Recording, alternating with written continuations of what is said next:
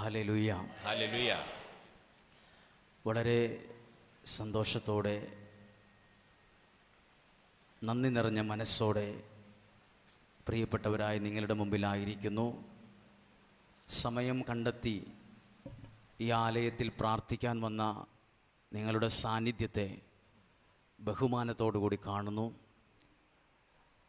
എന്നെക്കാളും ശ്രേഷ്ഠരായ ആളുകളുടെ മുമ്പിലാണ് ഞാൻ നിൽക്കുന്നത് എന്നെനിക്കറിയാം. എന്നെക്കാളും അറിവുള്ളവരും പഠിത്തമുള്ളവരും അനുഭവമുള്ളവരും സാമ്പത്തികമുള്ളവരും സൗന്ദര്യമുള്ളവരും എല്ലാം ഇതിനകത്തുണ്ട്. ഞാനിവിടെ നിൽക്കുന്നത് ദൈവീകമായൊരു നിയോഗത്തിലാണ്. ഞാൻ ഈ അടുത്ത കാലത്ത് ചിന്തിച്ചൊരു കാര്യമാണ്, ദൈവാനുഗ്രഹം ഇല്ലായിരുന്നെങ്കിൽ ഞാനെന്ന ശുശ്രൂഷകൻ ഇല്ല. ദൈവാനുഗ്രഹം അങ്ങനൊരു സംഭവം ഇല്ലായിരുന്നെങ്കിൽ നിങ്ങളാരും വെറുതെ പോലും എന്നെ കാണാൻ വരികയോ പ്രാർത്ഥിക്കണമെന്ന് പറയുകയോ വിളിക്കുകയോ ക്ഷണിക്കുകയോ ചെയ്യത്തില്ല. എന്നെ വിളിച്ച് അനുഗ്രഹിക്കപ്പെട്ട ഒരു സ്ഥലത്ത് കയറ്റി നിങ്ങളതിന് സമ്മതിച്ചെങ്കിൽ അതിനൊരു കാരണമായി ഞാൻ കണ്ടുപിടിച്ചത്, മനസ്സിലായത് ദൈവത്തിൻ്റെ അനുഗ്രഹമാണ്. ഹല്ലേലൂയ. ഞാൻ ജനിച്ച വീടിൻ്റെ പ്രത്യേകത കൊണ്ടല്ല നിങ്ങളാരും എന്നെ വിളിച്ചത്. ആ വീട്ടിൽ ഈ പറയത്തക്ക മഹത്വമോ പാരമ്പര്യമോ ഇല്ല. ഞാൻ വലിയ പ്രാർത്ഥനയുള്ളൊരു വീട്ടിൽ ജനിച്ച ആളല്ല. ശുശ്രൂഷകരൊന്നുമല്ല എൻ്റെ മാതാപിതാക്കൾ. ആരും ഒന്നുമല്ലാത്തവരാണ്. പിന്നെ ഞാൻ എങ്ങനെ ഇവിടെ നിൽക്കുന്നു? സത്യം പറഞ്ഞാൽ ഞാൻ ഉത്തരം കണ്ടുപിടിച്ചിട്ടുണ്ട്. എൻ്റെ റോള്, എൻ്റെ കടമ അപ്പുറത്തെ പോസ്റ്റ് ഓഫീസിലിരിക്കുന്ന പോസ്റ്റ്മാൻ്റെ റോളാണ്. എന്താണ് പോസ്റ്റ്മാൻ്റെ റോള്? പോസ്റ്റ്മാൻ കുളിക്കാത്ത ഒരു ശരീരമുള്ളവനാണെങ്കിലും എൻ്റെ വീട്ടിൽ എടുത്തുകൊണ്ട് വരുമോ? അയാൾ 2 ദിവസമായി ഉടുപ്പ് മാറിയിട്ടില്ല, ഫുള്ള് അതേ ഡ്രസ്സിട്ടാണ് നടക്കുന്നത്. പക്ഷേ എനിക്ക് അമേരിക്കയിൽ നിന്ന് ഒരാൾ 100 അല്ലെങ്കിൽ ഇന്ന സ്ഥലത്തുനിന്ന് എനിക്കൊരു 1000 രൂപ അയച്ചിട്ടുണ്ട്. അതാരെൻ്റെ വീട്ടിൽ കൊണ്ടുത്തരും? പോസ്റ്റ്മാൻ കൊണ്ടുത്തരും. അത് നിങ്ങൾക്ക് വേറൊരാൾ അയച്ചുകൊണ്ടാണ്, അതൊരാൾ കൊണ്ടുത്തന്നതേ ഉള്ളൂ. എനിക്ക് ദൈവം തന്നിട്ടുള്ള ഈ വചനം പറയുവാനുള്ള ഈ കൃപ എനിക്ക് വളരാനും ഷൈൻ ചെയ്യാനും ആളാകാനും എനിക്ക് ദൈവം തന്നതല്ല. അത് നിങ്ങളെപ്പോലുള്ള ആളുകൾക്ക് ദൈവം അതിനു വേണ്ടി ഒരുക്കി തന്നതാണ്. ഒരു നിമിഷം നമുക്കൊന്ന് പ്രാർത്ഥിക്കാം. കർത്താവേ, അങ്ങയുടെ സാന്നിധ്യത്തിന് നന്ദി. ഇപ്പോൾ ഞങ്ങളുടെ പ്രാർത്ഥന കേൾക്കുന്നതിന് നന്ദി. ദൈവിക ഇടപെടലിന് നന്ദി. അങ്ങയുടെ സാന്നിധ്യം ഞങ്ങളുടെ കൂടെ ഇരിക്കണമേ എന്ന് പ്രാർത്ഥിക്കുന്നു. ആമേൻ, ആമേൻ. ഹല്ലേലൂയ. അപ്പോൾ ഞാൻ വിശ്വസിക്കുകയാണ്, ഇവിടെ ഇരിക്കുന്ന നിങ്ങളെ ഓരോരുത്തർക്കും ദൈവത്തിന് എന്തൊക്കെയോ തരണമെന്ന് ആഗ്രഹമുണ്ട്. ആ വ്യക്തിയുടെ കണ്ണുനീർ തുടച്ച ആ വ്യക്തിയെ വിടുവിക്കണമെന്ന് ദൈവത്തിനൊരാഗ്രഹമുണ്ട്. അപ്പുറത്തെ ഒരു വ്യക്തി കടബാധ്യതയിൽ കുടുങ്ങി ജീവിക്കണോ മരിക്കണോ എന്നാണ് ചിന്തിച്ചിരിക്കുന്നത്. അപ്പോൾ ദൈവത്തിന് ആ വ്യക്തി ഒന്ന് രക്ഷിക്കണമെന്ന് ആഗ്രഹമുണ്ട്. അപ്പോൾ ദൈവം എൻ്റെ അടുത്ത് ഏൽപ്പിച്ചിരിക്കുകയാണ്, എൻ്റെ മകനെ രക്ഷിക്ക്, എൻ്റെ പ്രിയപ്പെട്ട ആ കുടുംബത്തിൻ്റെ കണ്ണ് നീ പോയി തുടയ്ക്ക്. അങ്ങനെ നിങ്ങൾക്ക് വേണ്ടി ദൈവം എൻ്റെ കയ്യിൽ ഏൽപ്പിച്ച ശുശ്രൂഷയാണ് ഞാൻ ചെയ്യുന്നത്. ഞാനിവിടെ നിൽക്കുന്നത് ഒരു ശുശ്രൂഷകൻ എന്ന നിലയിലാണ്, ധ്യാനഗുരു എന്ന നിലയിൽ അല്ല. ആ പേരിൽ ഞാൻ വിളിക്കപ്പെടണം എന്ന് പോലും ഞാൻ ഒരിക്കലും ആഗ്രഹിക്കുന്നുമില്ല. ഞാൻ ദൈവത്തിൻ്റെ ഒരു ദാസനായി നിന്നുകൊണ്ട് ശുശ്രൂഷകനാണ്. ഞാനെല്ലാം തികഞ്ഞ ഒരു പുണ്യവാളനോ വിശുദ്ധനോ ഒന്നും അല്ല. ഞാനൊരു സാധാരണക്കാരനാണ്. അസാധാരണമായി എന്നിൽ ഞാൻ തന്നെ ഒന്നും കണ്ടിട്ടില്ല. ഒരു പ്രത്യേകതയും ഞാൻ എന്നിൽ ശ്രദ്ധിച്ചിട്ടില്ല ഇതുവരെയായിട്ടും. അസാധാരണമായിട്ട് ഞാൻ ഇന്നുവരെയും വലിയ രോഗസൗഖ്യങ്ങളൊന്നും ആർക്കും കൊടുത്തിട്ടില്ല. പല സ്ഥലത്തും ചില ദൈവാനുഗ്രഹങ്ങളുണ്ടായി എന്ന് പറയുന്നത് അത് ഞാൻ ശക്തനായതുകൊണ്ടല്ല. ദൈവം ശക്തനായതുകൊണ്ടാണ്. ദൈവം ശക്തനായതുകൊണ്ടാണ്. ഞാൻ ആരാണെന്നും എങ്ങനെയാണെന്നും എനിക്കറിയാം. അതുകൊണ്ട് ഞാനിവിടെ നിൽക്കുന്നത് ദൈവാനുഗ്രഹത്തിലാണ് എന്ന് ദൈവസന്നിധിയിൽ ഏറ്റുപറയുന്നു. ഒരു ശുശ്രൂഷകൻ എന്ന നിലയിൽ എൻ്റെ ജോലി നിങ്ങളെ ശുശ്രൂഷിക്കലാണ്. നിങ്ങൾക്ക് വചനം പറഞ്ഞു തരികയാണ്, നിങ്ങൾക്ക് വേണ്ടി പ്രാർത്ഥിക്കുകയാണ് എൻ്റെ ജോലി. അതിൽ കവിഞ്ഞുള്ളൊരു മഹത്വം, ഒരു പ്രാധാന്യം എനിക്ക് നിങ്ങൾ ദയവ് ചെയ്ത് തരരുത്. അത് തെറ്റാണ്. മനുഷ്യനെപ്പോഴും മനുഷ്യനാണ്. അയാൾ എത്ര എന്തൊക്കെയാണെന്ന് പറഞ്ഞാലും അയാൾ ദൈവത്തിൻ്റെ ശുശ്രൂഷകൻ മാത്രമാണ്. അപ്പോൾ നമ്മളിന്ന് ഒരുമിച്ചാണ് പ്രാർത്ഥിക്കുന്നത്. ഒരുമിച്ച് ഇവിടെ ഇരിക്കുന്ന ഒരുപാട് പേര് എന്തെങ്കിലുമൊക്കെ ചോദിച്ചാൽ അന്നേരെ കരയുന്നവരാ. കാരണം അവർക്ക് മനസ്സിൽ ഒത്തിരി സങ്കടങ്ങൾ ഇരിപ്പുണ്ട്. ഇതൊന്ന് പറയണം, ഇതൊന്ന് മാറണം എന്നൊക്കെയാണ് നിങ്ങളുടെ ആഗ്രഹം. ദൈവം വലിയ കാര്യങ്ങൾ ജീവിതത്തിൽ ചെയ്യും. കാരണം ദൈവം സർവശക്തനാണ്. Hallelujah, hallelujah. ഇവിടെയുള്ള പ്രിയപ്പെട്ട വികാരിയച്ഛൻ, കൊച്ചച്ഛന്മാർ, പ്രിയപ്പെട്ടതിൻ്റെ സിസ്റ്റേഴ്സ്, സംഘാടകർ, ഇതിൻ്റെ മുന്നിൽ നിന്നവരെല്ലാവരെയും ഓർക്കുന്നു. അവരുടെ ആ ഒരു സാന്നിധ്യത്തിൽ നിന്നുകൊണ്ടാണ് ഞാൻ ദൈവവചനം നിങ്ങളോട് പങ്കുവയ്ക്കാൻ ആഗ്രഹിക്കുന്നത്. ഞാനിങ്ങനെ മുമ്പേ പറഞ്ഞുകൊണ്ടിരിക്കുമ്പോഴേ നമ്മൾ പാട്ടുകാരൻ പാടിയില്ലേ, പാഴായിപ്പോയ ഒരു പാത്രം. അപ്പം എനിക്ക് പണ്ട് ഞാൻ പ്രസംഗത്തിൽ പറഞ്ഞ ഒരു കാര്യം എൻ്റെ മനസ്സിലേക്ക് വന്നു. അതായത് നമ്മൾ ഹോട്ടലിൽ ഭക്ഷണം കഴിക്കാൻ പോയാൽ നമ്മൾ ഓർഡർ ചെയ്യുകയാണ്, എനിക്ക് ബിരിയാണി വേണം. അപ്പോൾ എന്ത് ചെയ്യും ആ ഹോട്ടലിലുള്ളവർ? നല്ല വെള്ള നിറമുള്ള ഒരു പാത്രം നമ്മുടെ മുമ്പിൽ കൊണ്ടുപോയി വെക്കും. 4 പേരുടെ മുമ്പിൽ കൊണ്ടുപോയി വെക്കുമോ? നമ്മുടെ വീട്ടിലെ പാത്രത്തിനേക്കാളും നല്ല കളറാണ് ആ പാത്രത്തിന്. നമ്മൾ ആ പാത്രം തന്നെ നോക്കൂ, എന്തു നല്ല കളറാണിതിന്. കുറച്ച് കഴിയുമ്പോൾ ഒരു ഗ്ലാസ് കൊണ്ട് വെക്കും, ഇതുപോലത്തെ ഒരു ഗ്ലാസും നല്ല വെള്ളവും കൊണ്ട് വെക്കും. കുറച്ച് കഴിയുമ്പോൾ അച്ചാർ വിളമ്പാൻ തുടങ്ങും. അതിനുശേഷം രുചിയായ നമ്മൾ ഓർഡർ ചെയ്ത ആ ബിരിയാണിയും വിളമ്പും. നമ്മളത് രുചിയായി നന്നായിട്ട് ഭക്ഷണം കഴിച്ച അഭിപ്രായം പറയും, നല്ല ബിരിയാണി ആയിരുന്നു, സൂപ്പർ.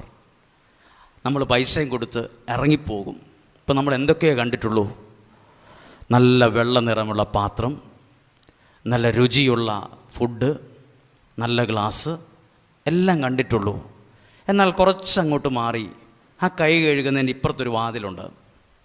അതാണ് ആ ഹോട്ടലിൻ്റെ കിച്ചൺ, അടുക്കള.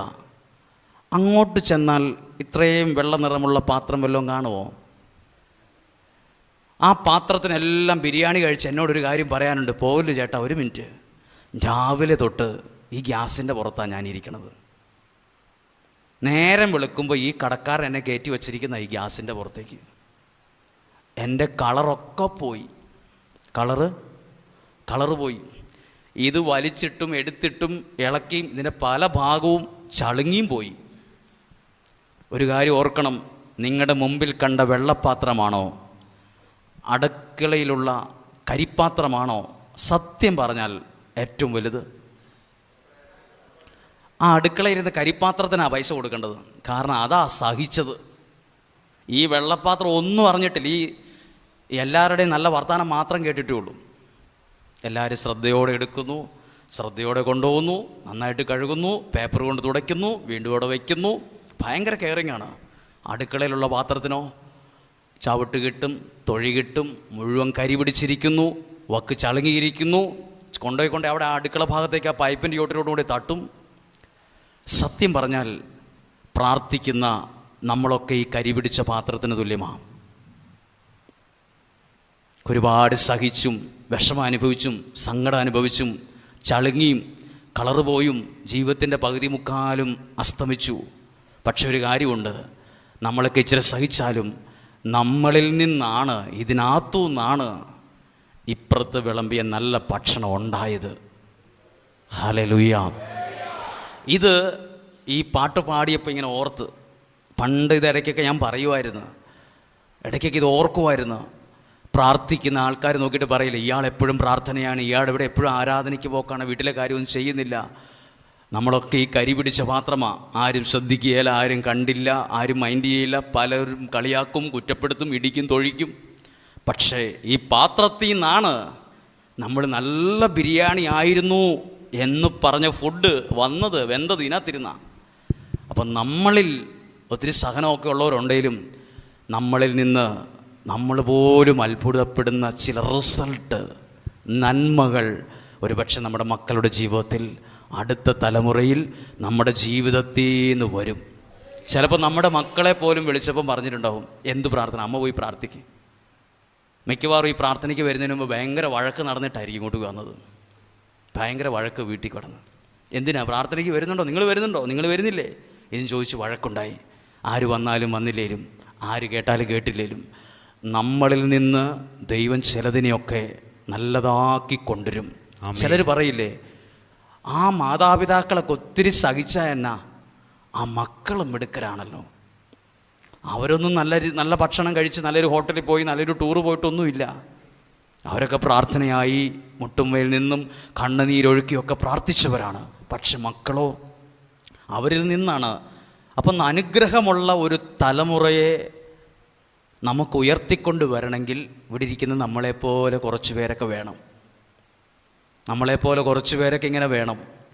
നമ്മളെയാ ദൈവം കണ്ടേയിരിക്കുന്നത്, നമ്മളെ ദൈവം കണ്ടിരിക്കുക. ദൈവം കണ്ടോണ്ടാണ് ഇവിടെ വന്നത്. അല്ലെങ്കിൽ കയറ് കെട്ടി വലിച്ചുകൊണ്ട് വന്നാലും ആരും വരികയില്ല. ഒരാളെ കയറിനകത്ത് കെട്ടി ഇവിടെ കൊണ്ടിട്ടാൽ അയാൾ തെറിയും മറിഞ്ഞ് പോവും. ഇവിടെ വന്ന് ഈ കസേരയിൽ ഈ ചൂടുള്ള സാഹചര്യത്തിൽ ഇരിക്കാൻ കാരണം ദൈവം കണ്ടതുകൊണ്ടാണ്, ദൈവം കൊണ്ടാക്കിയതാണ്. ഇവിടെ നമ്മൾ പറയില്ലേ, ഞാൻ മൈസൂർ എൻ്റെ കൊച്ചിനെ നേഴ്സിങ്ങിന് പഠിക്കാൻ ഞാൻ കൊണ്ടേ ആക്കിയിട്ട് തിരിച്ചു വരിക. എന്താ വാക്ക് ഉപയോഗിക്കുന്നത്? അവിടെ ഹോസ്റ്റലിൽ കൊണ്ടേ ആക്കിയിട്ട്, കോളേജിൽ ചെന്നാക്കിയിട്ട് ദൈവം നമ്മളോട് ചിലപ്പോൾ എന്നോട് പറയും, ഈ ജനത്തെ ദൈവവചനം കേൾപ്പിക്കാൻ ഈ പള്ളിക്കകത്ത് കൊണ്ടേ ആക്കിയിട്ട് ഞാനിവിടെ ഉണ്ട്. നിങ്ങളെ ഈ ആലയത്തിൽ ദൈവത്തിൻ്റെ വാക്ക് കേൾക്കാൻ കൊണ്ടുവന്നാക്കി ഒരു ദൈവമുണ്ട്. അല്ലെങ്കിൽ ഇത് പൊട്ടിത്തെറിച്ച് പോകും. അല്ലാതെ ആരും കയറ് കെട്ടി വലിച്ചാലും വരത്തില്ല. നമ്മൾ എറണാകുളത്ത് ഒരു സൂപ്പർ മാർക്കറ്റിൽ അല്ലെങ്കിൽ ഒരു ടൂർ പോവുകയാണ് എറണാകുളത്ത്. വീട്ടുകാരെല്ലാം വരും. നാളെ ഒരു ഫിലിമിന് പോവാം നമ്മൾ, വൈകുന്നേരം 6 മണിക്ക്. ഇന്നേ തുടങ്ങും തേക്കാൻ. ഭയങ്കര സന്തോഷമാണ്. നാളെ നമുക്കൊരു പ്രാർത്ഥനയ്ക്ക് പോകണം. വാതിലടച്ച് കുറ്റിയിട്ട് തുറക്കൂല. സൂപ്പർ മാർക്കറ്റിൽ പോകാൻ ആൾ വരും. ഫിലിമിന് ഔട്ടിങ് മൂന്നാറിന് പോവാ, വരുന്നോ? ഉണ്ട്. വൈകുന്നേരം ഫുഡ് ഹോട്ടലില്ല, ഞങ്ങളുണ്ട്, വിളിക്കാൻ മറക്കല്ലേ. പ്രാർത്ഥനയ്ക്ക് പോവാ, വിളിക്കണ്ട, ഞങ്ങളില്ല. അപ്പോൾ എല്ലാവർക്കും പറ്റുന്ന കാര്യമല്ല. ദൈവം ചിലരെ കണ്ടിട്ടുണ്ട്. അവരെ ദൈവം എന്തു ചെയ്യും? ഒരുമിച്ച് കൂട്ടും, ചില വചനങ്ങൾ കേൾപ്പിക്കും. എനിക്കൊരാഗ്രഹമുണ്ട്, ദൈവം ആരാന്ന് നിങ്ങളൊന്നറിയണം. ആരാണ് ദൈവം? ഞാൻ ആരാന്നറിഞ്ഞിട്ട് കാര്യമില്ല. ഞാൻ ആരാന്നറിഞ്ഞാൽ ചിലപ്പോൾ നിങ്ങൾ പറയും, അടുത്ത വർഷം ഇയാളെ ഈ അടിച്ച വേലിക്കകത്ത് കയറ്റിയേക്കരുത്. എനിക്ക് പോലും ഇഷ്ടമല്ല. ഞാൻ പോലും എന്നെ അത്ര ഇഷ്ടപ്പെടുന്ന ആളല്ല. എന്നെ നിങ്ങൾ അംഗീകരിക്കില്ല. ഈ അൽത്താരയിൽ നിൽക്കുന്നത് എന്നെ നിങ്ങൾക്ക് ഇഷ്ടമുള്ളൂ. ശരിയായ വേറൊരു ഞാനുണ്ട്, അതെന്നെ അത്ര പിടിക്കില്ല ആർക്കും. ശരിയായിട്ട് നിങ്ങളെന്നെ അറിഞ്ഞാൽ അടിച്ച വേലിക്കകത്ത് ഇയാളെ കയറ്റരുതെന്ന് പറയും. അത്ര ശരി. അടുത്ത പ്രാവശ്യം വിളിക്കണ്ടച്ചോ, നമുക്ക് വേറെ ആൾക്കാരെ വിളിക്കാം. നിങ്ങൾ ഇഷ്ടപ്പെട്ടത് എന്നെയല്ല, ഞാനെന്ന ശുശ്രൂഷകനെയാണ്, എന്നിലുള്ള ദൈവാനുഗ്രഹത്തെയാണ്. നമ്മൾ ശ്രദ്ധിക്കുകയാണ്, ദൈവം ആരാണെന്ന് അറിയണ്ടേ. ഞാൻ വേറൊരാൾ പ്രസംഗിച്ചത് കേട്ടിട്ട് നോട്ട് എഴുതി വെച്ചിട്ടല്ല ഇവിടെ പ്രസംഗിക്കുന്നത്. ഞാൻ അറിഞ്ഞൊരു ദൈവമുണ്ട്. ആ ദൈവത്തെ ഇവിടെ ഇരിക്കുന്ന ചിലരൊക്കെ ശരിക്കൊന്ന് അറിഞ്ഞാൽ, സത്യം അറിയുകയും സത്യം നിങ്ങളെ, എന്നതാ സത്യം? നമ്മൾ പറയും, ഈ പുസ്തകത്തിന് നമ്മൾ വിളിക്കുന്ന പേരെന്ന് നമ്മൾ വിളിക്കുന്നത് ബൈബിൾ. വേറെ ഓർത്തഡോക്സുകാരോടോ യാക്കോബക്കാരോട് ചോദിച്ചു പറയും, ഇതിനെന്ത് പറയും? സത്യവേദ പുസ്തകം. അവരുടെ കയ്യിൽ അതുണ്ട്. അത് സത്യവേദ പുസ്തകമാണ്. ഇതാണത്. ഇത് സത്യമാണ്.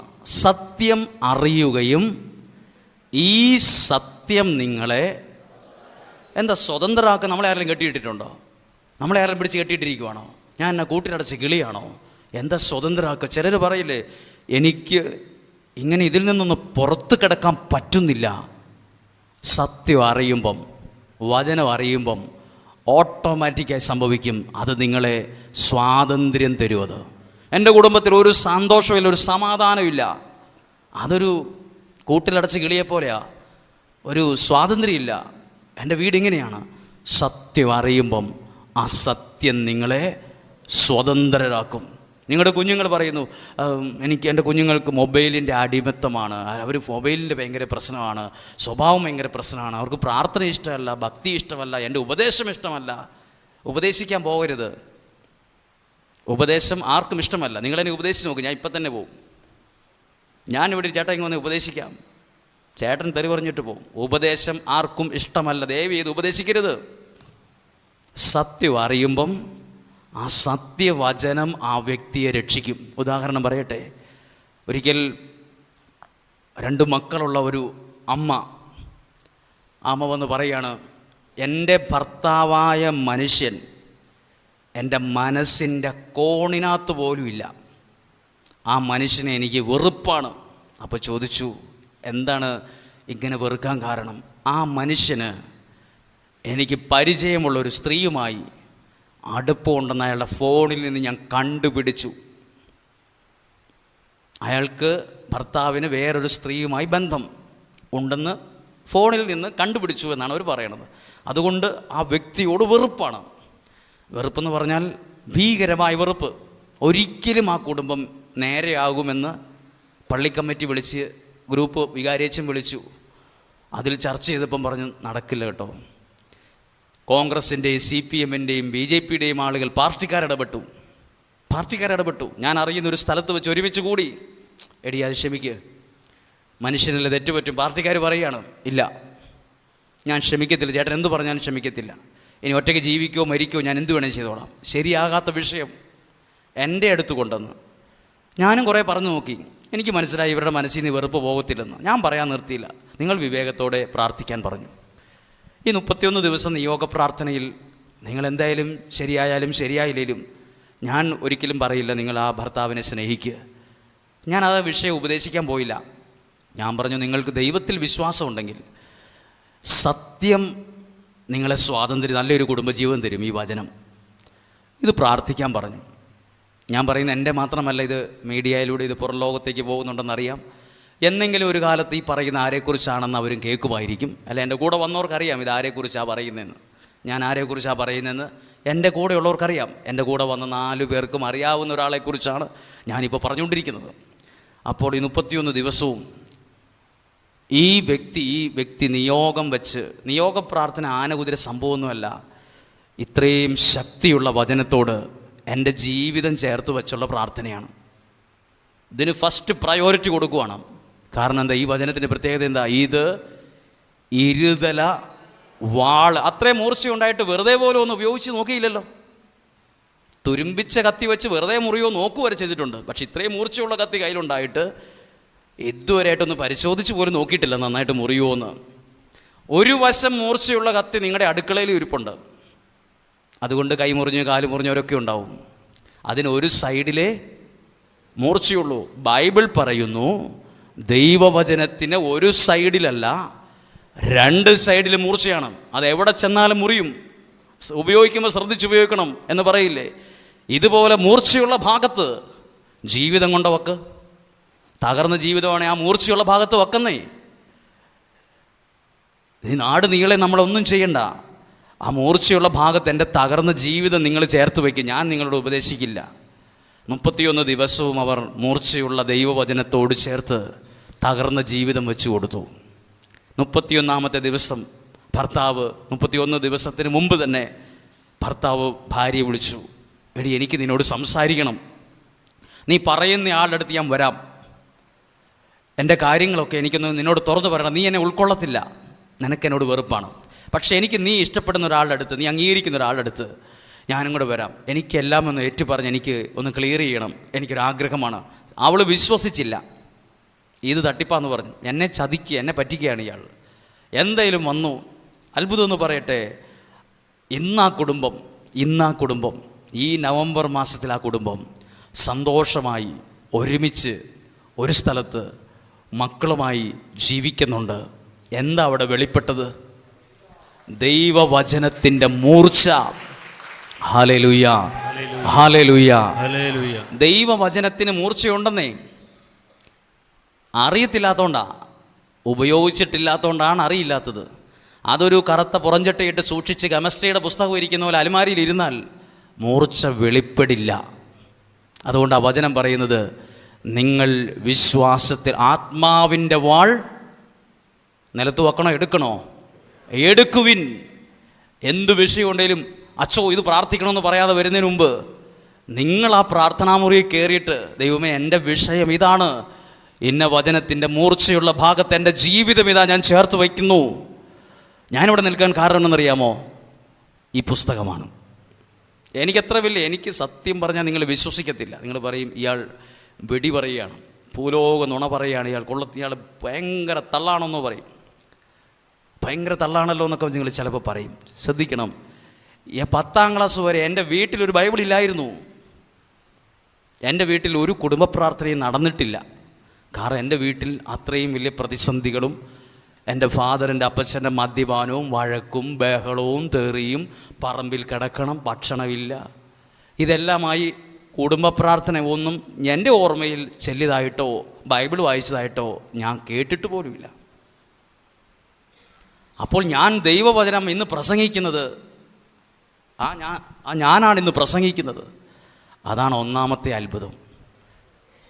7ാം ക്ലാസ്സിലോ 8ലോ പഠിക്കുമ്പോഴാണ് ഒരു ബൈബിൾ സ്വന്തമായി കിട്ടണത്. അതെൻ്റെ പള്ളിയിൽ നിന്ന് ഇറക്കി വിട്ടു. ബൈബിളില്ലാത്തതിൻ്റെ പേരിൽ പള്ളിയിലെ വികാരിയച്ഛൻ പള്ളിയിൽ നിന്ന് ഇറക്കി വിട്ടു. അപ്പോൾ ബൈബിൾ മേടിക്കാൻ കാശില്ല. 50 പൈസയാണ് നമ്മൾ പേനയ്ക്ക് എഴുതുന്ന അതിനകത്തെ ആ ലീഫിൻ്റെ വില. 50 പൈസ. 50 പൈസയ്ക്ക് വേണ്ടി പേന മുഴുവൻ തപ്പുക. 50 പൈസയില്ല. 50 പൈസ ഉണ്ടെങ്കിൽ ഒരെണ്ണം മേടിക്കാം. അതില്ലാത്തതുകൊണ്ട് എല്ലാ കട്ടിലിൻ്റെ അടിയിലും ചൂലുകൊണ്ട് അടിക്കും, എല്ലാ സ്ഥലത്തും പരതും, എവിടെയെങ്കിലും ഉണ്ടോ നോക്കും. പിന്നെയാണ് ബൈബിൾ മേടിക്കുന്നത്. ഞാൻ പള്ളിയിൽ പോകത്തില്ല. ഞാൻ പള്ളിയിൽ പോകത്ത് നിർത്തി. കാരണം അച്ഛൻ 2 പ്രാവശ്യവും ബൈബിളില്ലാത്തതിൻ്റെ പേരിൽ എന്നെ ഇറക്കി വിട്ടു. ഇനി ഞാൻ പള്ളിയിൽ പോകത്തില്ല, അച്ഛനെ കാണത്തുമില്ല. ഞാൻ വേദപാഠം നിർത്തി. അപ്പോൾ ഈ പറയുന്ന അച്ഛനൊന്നും എൻ്റെ വീട്ടിലെ സാഹചര്യങ്ങളെക്കുറിച്ച് ചിന്തിക്കുകയോ ചോദിക്കുകയോ ഒന്നും ചെയ്തിട്ടില്ല. പക്ഷേ ഒരു ദിവസം അച്ഛൻ വന്ന്, അങ്ങനെ സാഹചര്യം, എനിക്കൊരു ബൈബിൾ കിട്ടാൻ കാരണം അങ്ങനെയാണ്. അപ്പോൾ എനിക്ക് ബൈബിൾ ഇഷ്ടമാണ്, പക്ഷേ എൻ്റെ കയ്യിലതില്ല. അങ്ങനെ ഇരിക്കുമ്പോൾ 8ൽ പഠിക്കുമ്പോൾ അച്ഛൻ എൻ്റെ വീട്ടിൽ വന്ന്, എൻ്റെ വീട്ടിൽ വരുമ്പോൾ അന്ന് എൻ്റെ അപ്പച്ചൻ മദ്യപിച്ച് ഒരു ബോധമില്ലാണ്ട് തിണ്ണെ കിടക്കുകയാണ്. അന്നാണ് എൻ്റെ വീടിൻ്റെ സാഹചര്യം അറിയണത്. അന്ന് ഒന്നും ആ വീട്ടിൽ നിന്ന് പറഞ്ഞില്ലെങ്കിലും അങ്ങനെ എനിക്ക് പള്ളി മുറിയിൽ നിന്ന് എടുത്തിട്ട് ആദ്യം ബൈബിൾ എനിക്ക് തരുന്നത്. ഇത്രയും വലിയ ബൈബിളല്ല, സുവിശേഷവും ലേഖനവും ഉൾപ്പെടെ ചെറിയ ബൈബിൾ, പുതിയ നിയമം തന്നത്. അങ്ങനെയാണ് എൻ്റെ ബൈബിൾ വരുന്നത്. എന്നേക്കാൾ ഭാഗ്യമുള്ള എത്ര പേരായിരിക്കുന്നത്. നിങ്ങളൊക്കെ എത്രയോ നല്ല കുടുംബത്തിലാണ് ജനിച്ചത്, എത്രയോ നല്ല ഭക്ഷണമാണ് നിങ്ങൾ കഴിച്ചത്, എത്രയോ നല്ല കിടക്കയിലും എത്രയോ നല്ല വീട്ടിലും കിടന്നുറങ്ങിയവരാണ് നിങ്ങൾ. എന്നെ ഇവിടം വരെ ദൈവം എത്തിച്ചെങ്കിൽ ഇതിനേക്കാൾ കൂടുതലേ ദൈവം ഇരിക്കുന്നവരെയൊക്കെ അനുഗ്രഹിക്കുള്ളൂ. ഹല്ലേലൂയ. ഒരു പ്രാർത്ഥനയില്ലാത്ത എന്നെ ഇത്രയും ദൈവം മാനിച്ചെങ്കിൽ നിങ്ങളെ 1000 ഇരട്ടി ബഹുമാനിക്കും. എന്നെ മാനിക്കാനായിട്ട് യാതൊരു കാര്യവും ഞാൻ കണ്ടിട്ടില്ല. പക്ഷെ ദൈവം അനുഗ്രഹിച്ചെങ്കിൽ എന്നേക്കാൾ ശ്രേഷ്ഠരാണ് ഇരിക്കുന്നവരെല്ലാവരും. നല്ല കുടുംബത്തിൽ ജനിച്ച് ജീവിച്ച്, പാരമ്പര്യമുള്ള കുടുംബത്തിൽ ജനിച്ച് ജീവിച്ച് വളർന്നവരാണ്. ദൈവം തരും, ദൈവം അനുഗ്രഹിക്കുമെന്നുള്ളതൊരു പാഴ്വാക്കല്ല, അത് യാഥാർത്ഥ്യമാണ്. അത് അനുഗ്രഹിക്കുക തന്നെ ചെയ്യും. Hallelujah, hallelujah. അതുകൊണ്ട് ഞാൻ പറയുന്നത്, ദൈവം ആരാന്നറിയണം. ദൈവം ആരാന്നറിയാമോ? അനുഗ്രഹിക്കുന്ന ദൈവമാണ്. അനുഗ്രഹിക്കും. അതിൻ്റെ പേരെന്താണ് ഇംഗ്ലീഷിൽ? ബ്ലെസ്സിങ്, അനുഗ്രഹം. എന്നെയും നിങ്ങളെയും, എന്നെ ഞാനാക്കുന്നത്, നിങ്ങളെ നിങ്ങളാക്കുന്നത് ദൈവാനുഗ്രഹമാണ്. സ്വർഗത്തെ സ്വർഗമാക്കിയത് എന്നതാ?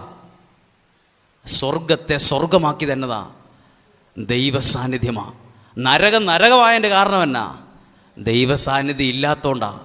ജീവിതം ജീവിതമാകുന്നത് എപ്പോഴാണെന്നറിയാം? അനുഗ്രഹമുള്ള ദൈവസാന്നിധ്യം വരുമ്പോഴാണ്. ദൈവസാന്നിധ്യം വരുമ്പോൾ ജീവിതം മാറും, ശരിക്കും മാറും. ശരിക്കും നമുക്കറിയത്തില്ല. ദൈവവചനത്തിൻ്റെ ഓരോ വാക്കും ഒരു അനുഗ്രഹമാണ്.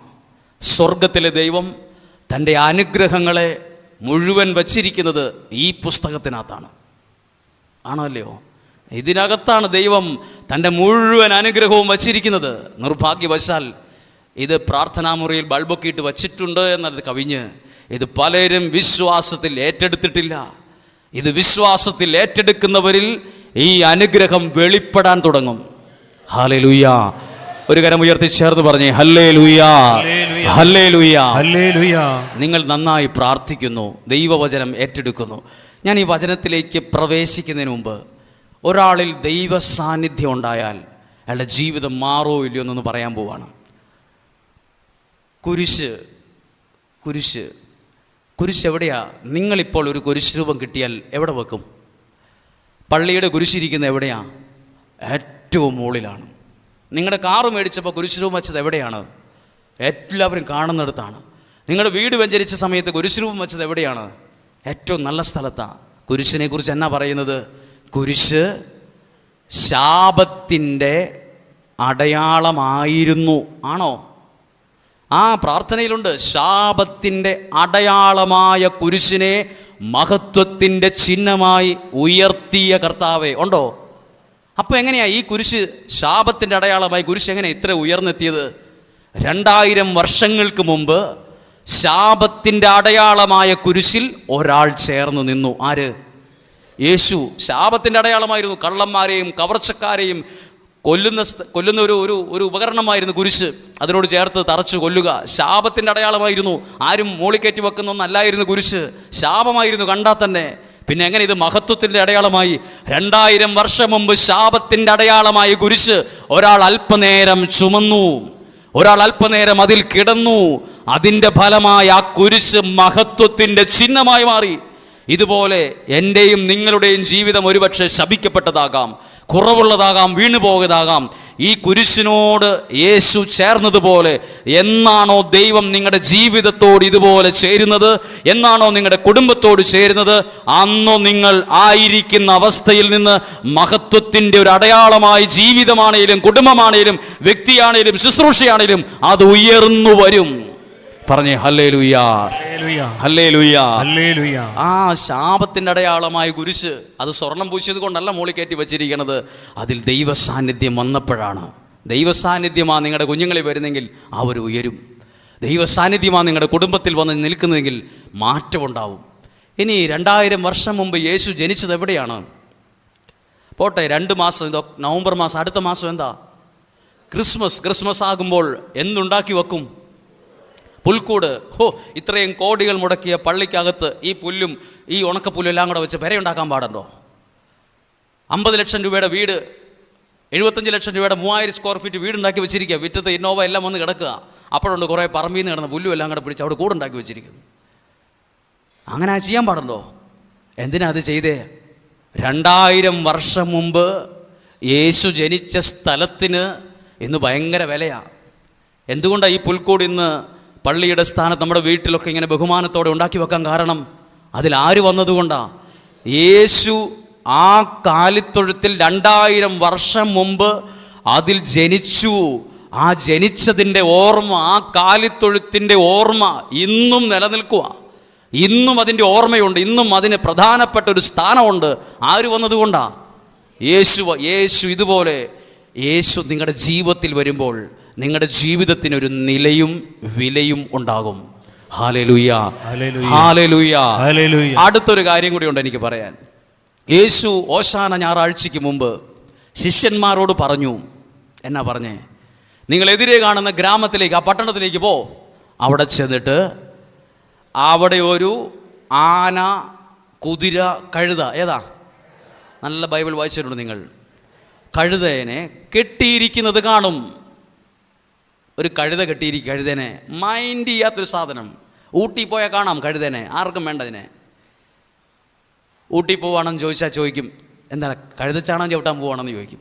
ഞങ്ങളുടെ നാട്ടിലൊക്കെ ചിലർ ചോദിക്കും, എന്തിനാണ് അവിടെ പോണത്? കഴുത നിൽക്കുന്നത് എവിടെയാ? അപ്പുറത്തെ മരത്തിൻ്റെ ചുവട്ടിൽ. കിടക്കുന്നത് എവിടെയാ? ചെളിക്കകത്ത്, ചാണകത്തിനകത്തും മൂത്രത്തിനകത്തും കിടന്ന ഒരു മൃഗം അവിടെ നിൽപ്പുണ്ടെന്ന്. എത്രയോ നല്ല സ്റ്റാൻഡേർഡ് മൃഗം അപ്പുറത്തെ കൂട്ടിലൊക്കെ മനുഷ്യർ വളർത്തുന്നുണ്ടാവും. ആ ചെളി കിടക്കുന്നതിനെ അഴിച്ചുകൊണ്ട് വരേണ്ട കാര്യമുണ്ടോ? കുറച്ചുകൂടെ വൃത്തിയുള്ളതിനെ അല്ല, ഞാൻ അഴിച്ചുകൊണ്ട് വാ.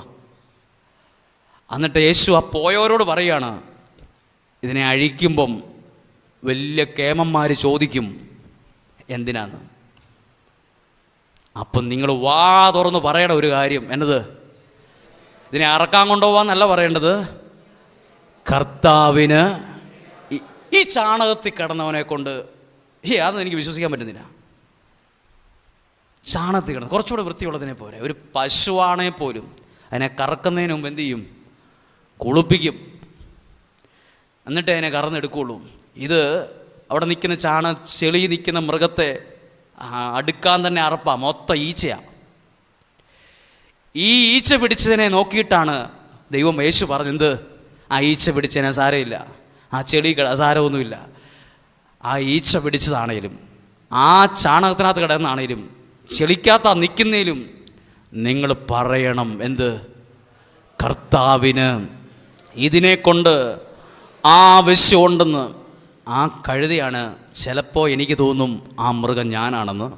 ഇത് കേട്ടിരിക്കുന്ന നിങ്ങൾക്ക് ചിലപ്പോൾ തോന്നും ഇത് ഞാനാണല്ലോ. നിന്നത് ചെളിക്കാത്ത്, കിടന്നത് ചെളിക്കാത്ത്. ആരെങ്കിലും ഉണ്ടോ കഴുതയ്ക്ക് വേണ്ടി മധ്യസ്ഥ പ്രാർത്ഥന നടത്താൻ? ആരെങ്കിലും വക്കാലത്ത് പറഞ്ഞാലോ അതൊരു പാവോ, അതിനെ അഴിച്ചുകൊണ്ട് വാ? ആരും പറഞ്ഞില്ലല്ലോ, ആരും സപ്പോർട്ട് ചെയ്തില്ലല്ലോ. ആരും പ്രാർത്ഥിക്കാനില്ലേലും ദൈവം ഉണ്ടാകും നിന്നെ ചേർത്ത് പിടിക്കാൻ. അവഗണിക്കപ്പെട്ട മൃഗത്തെ അഴിച്ചുകൊണ്ട് ഇപ്പോൾ എവിടെ വന്നു? യേശു പറഞ്ഞോ നന്നായിട്ട് ആ പൈപ്പിൻ്റെ ചോട്ടിൽ കൊണ്ടുവന്ന് ഇതിനെ കുളിപ്പിച്ചേ, ഒന്ന് വൃത്തിയാക്കുക, മൊത്തം ഒന്ന് വൃത്തിയാക്കുക, ഒന്ന് ക്ലീനാക്കി എടുക്കുക, നല്ലതാക്കി എടുക്കുക. ഒന്നും പറഞ്ഞില്ല. ഈ കഴുത വന്നപ്പോൾ യേശു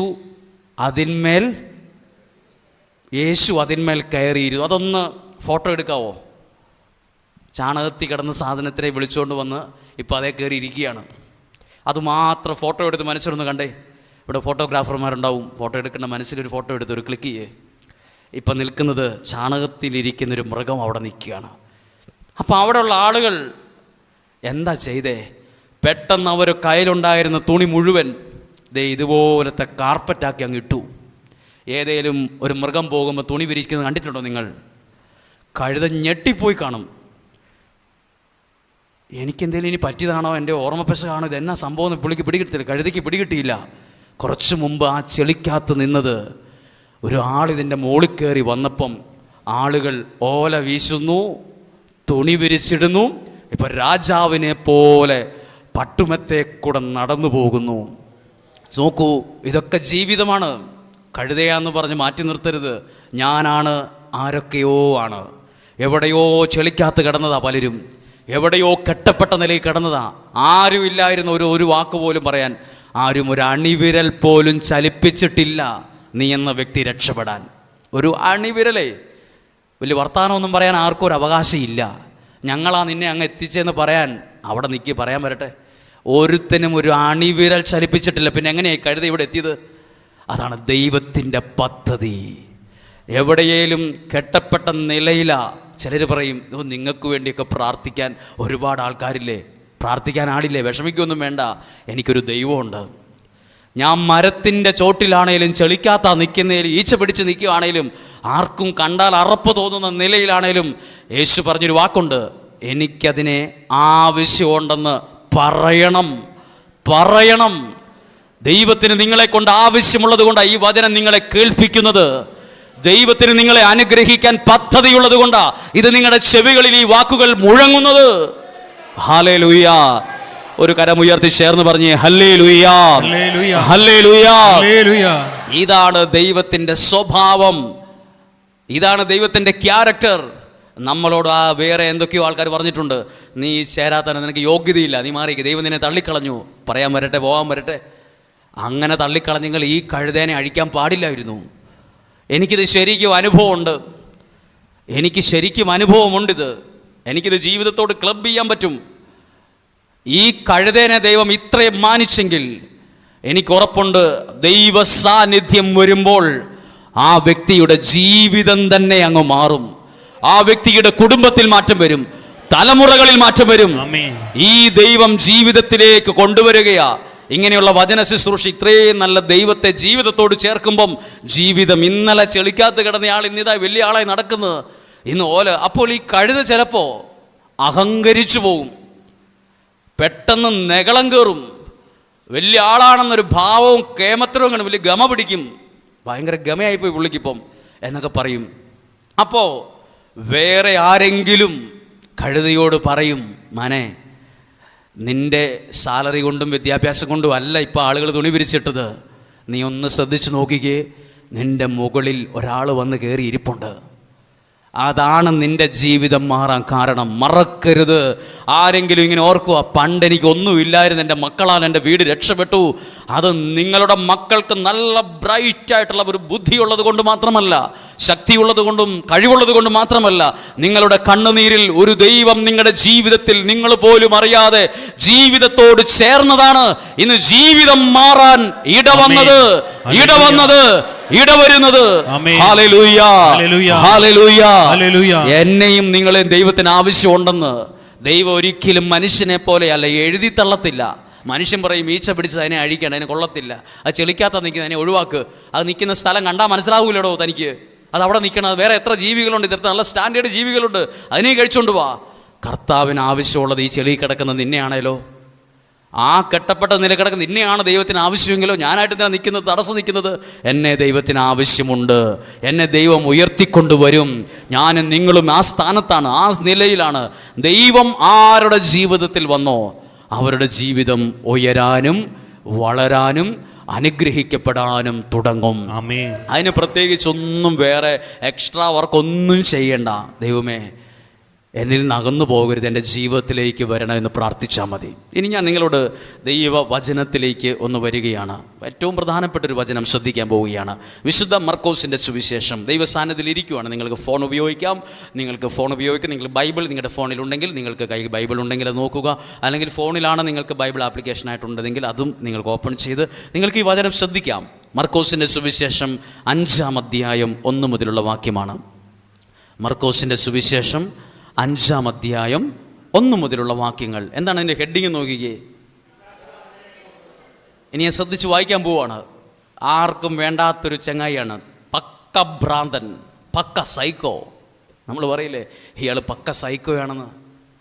പക്ക ഭ്രാന്തൻ, സ്റ്റാൻഡേർഡ് ഒരുത്തനല്ല, എവിടെയോ കല്യാണമൊക്കെ കഴിച്ച് സുഖമായി ജീവിക്കേണ്ട ഒരുത്തനാണ്. പക്ഷെ ആകെ തകർന്നു പോയ ഒരു ചങ്ങായിയാണ്. ഒന്ന് വായിക്കുകയാണ്, നമുക്ക് ഒരുമിച്ച് വായിക്കാം. വായിക്കോ. അവർ കടലിന്റെ മറുകരയിൽ, കടലെന്നൊരു വാക്കുണ്ടോ അതിനകത്ത്? നോക്കിക്കേ, കടല്. ആ കടലിനെ കുറിച്ച് പറയാം, മറക്കരുത് ആ വാക്ക്. കടലിന്റെ മറുകരയിൽ ഗരസേനരുടെ നാട്ടിലെത്തി. വേറൊരു സ്ഥലത്തേക്ക് യാത്ര ചെയ്ത് അവിടെ എത്തി. അടുത്തത്, അവൻ വഞ്ചിയിൽ നിന്ന് ഇറങ്ങിയ ഉടനെ, അപ്പോൾ നമ്മൾ കാറിൽ നിന്ന് ഇറങ്ങിയ ഉടനെ ആ വ്യക്തിയെ കണ്ടു എന്ന് പറയുന്നത് പോലെ വള്ളത്തിൽ കയറിയിട്ട് കൃത്യം ഒരു പോയിന്റിൽ നിർത്തി കാലെടുത്ത് വെച്ച് ഇറങ്ങിയ ഉടനെ അശുദ്ധാത്മാവ് ബാധിച്ച ഒരുവൻ ശവകുടീരങ്ങൾക്കിടയിൽ നിന്ന് എതിരെ വന്നു. എവിടെയാ ഈ പുള്ളി? ആരാ ഈ ശവകുടീരം എന്ന് പറയുമ്പോൾ നമ്മുടെ വാക്കിൽ പറഞ്ഞാൽ സിമിത്തേരിയാണ്. മനുഷ്യരെ മരണശേഷം പെട്ടിക്കകത്താക്കി പ്രാർത്ഥന ചൊല്ലി അടക്കുന്ന സ്ഥലമാണ് എന്ത്? സിമിത്തേരി. ജീവിച്ചിരിക്കുന്ന ആരും അവിടെ അന്തി ഉറങ്ങാറില്ല. നിങ്ങളുടെ ഏറ്റവും പ്രിയപ്പെട്ട ഒരാൾ മരിച്ചാൽ പോലും സങ്കടമുണ്ട്, വിഷമമുണ്ട്, സത്യമാ. പക്ഷേ നിങ്ങൾ പറയുമോ, എൻ്റെ പ്രിയപ്പെട്ട ആൾ മരിച്ചു, അതുകൊണ്ട് നിങ്ങളൊക്കെ വീട്ടിലോട്ട് പോക്കോ, ഞാനൊരു 3 ദിവസത്തേക്ക് ഒരു ഷെഡ് കെട്ടി ഈ സിമിത്തേരി തന്നെ കൂടുവാണ്? ഇല്ല. നിങ്ങൾ എത്രയാന്ന് പറഞ്ഞാലും ആ സ്ലാവിട്ട് മൂടിക്കഴിയുമ്പം പതുക്കെ എങ്ങോട്ട് പോവുള്ളൂ? അവിടെ കിടക്കത്തില്ല. എത്രയോ പ്രിയപ്പെട്ടവർ മരിച്ചു, കാമുകൻ മരിച്ചു, കാമുകി മരിച്ചു, പലരും ഭയങ്കര സ്നേഹമാ സംഭവം എന്ന് പറഞ്ഞവരൊക്കെ മരിച്ചിട്ടുണ്ട്. ആരും സിമിത്തേരി കിടക്കാൻ പോയിട്ടില്ല. ആൾക്കാർ പതുക്കെ വീട്ടിലേക്ക് ചുവട് വെച്ച് ജീവനുള്ളവരെല്ലാം പോകും. ഈ പുള്ളി എവിടെയാ കിടന്നത്?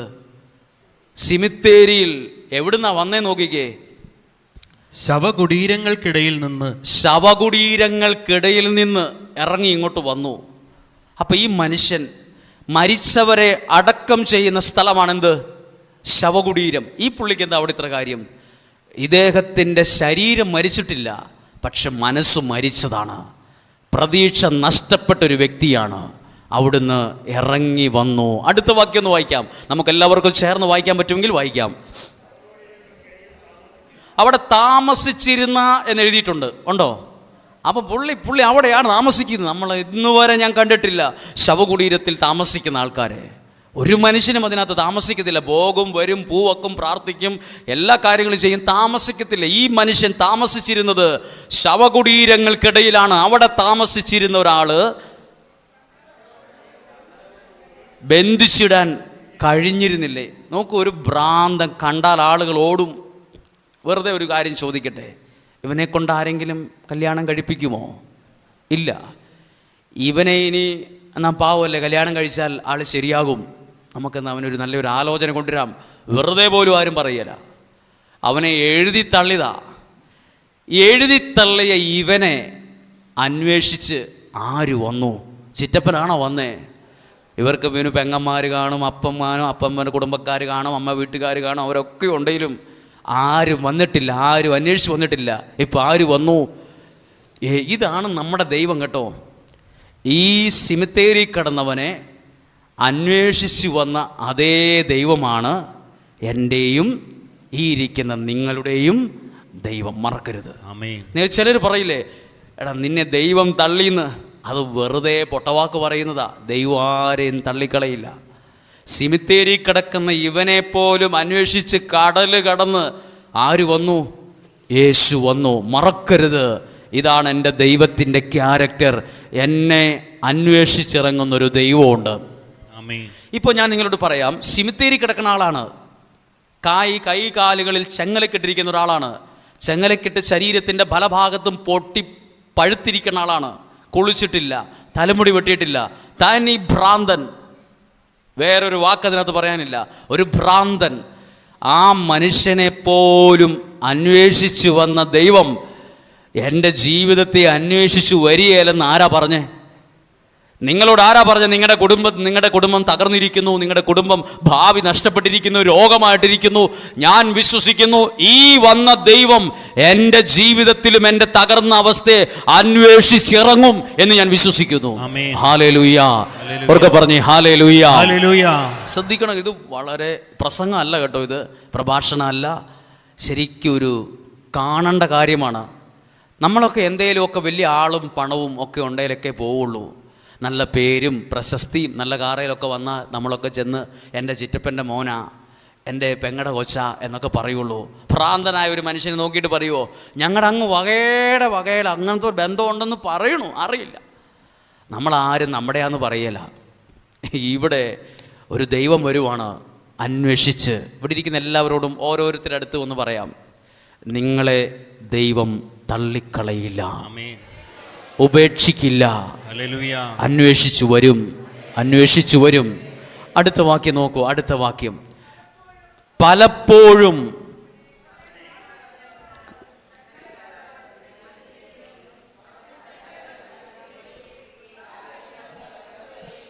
ഭീകരൻ. കാരണം ചെങ്ങല വലിച്ചു പൊട്ടിക്കണമെങ്കിൽ നോർമൽ ശക്തി പോരാ. ഒരു കടയിൽ നിന്ന് മേടിച്ചുകൊണ്ടിരുന്ന ഒരു നല്ല കയറ് പോലും വലിച്ചു പൊട്ടിച്ചാൽ കൈ വേദനിക്കും. അപ്പോഴാണ് ചെങ്ങല ഭയങ്കര ശക്തി. അതുകൊണ്ട് ഇവൻ്റെ 7 അയൽവക്കത്ത് ഒരു മനുഷ്യൻ അടുക്കുകയില്ല, ഒരുത്തനും ഇവന് പേടിച്ചിട്ട് പോവുകയില്ല.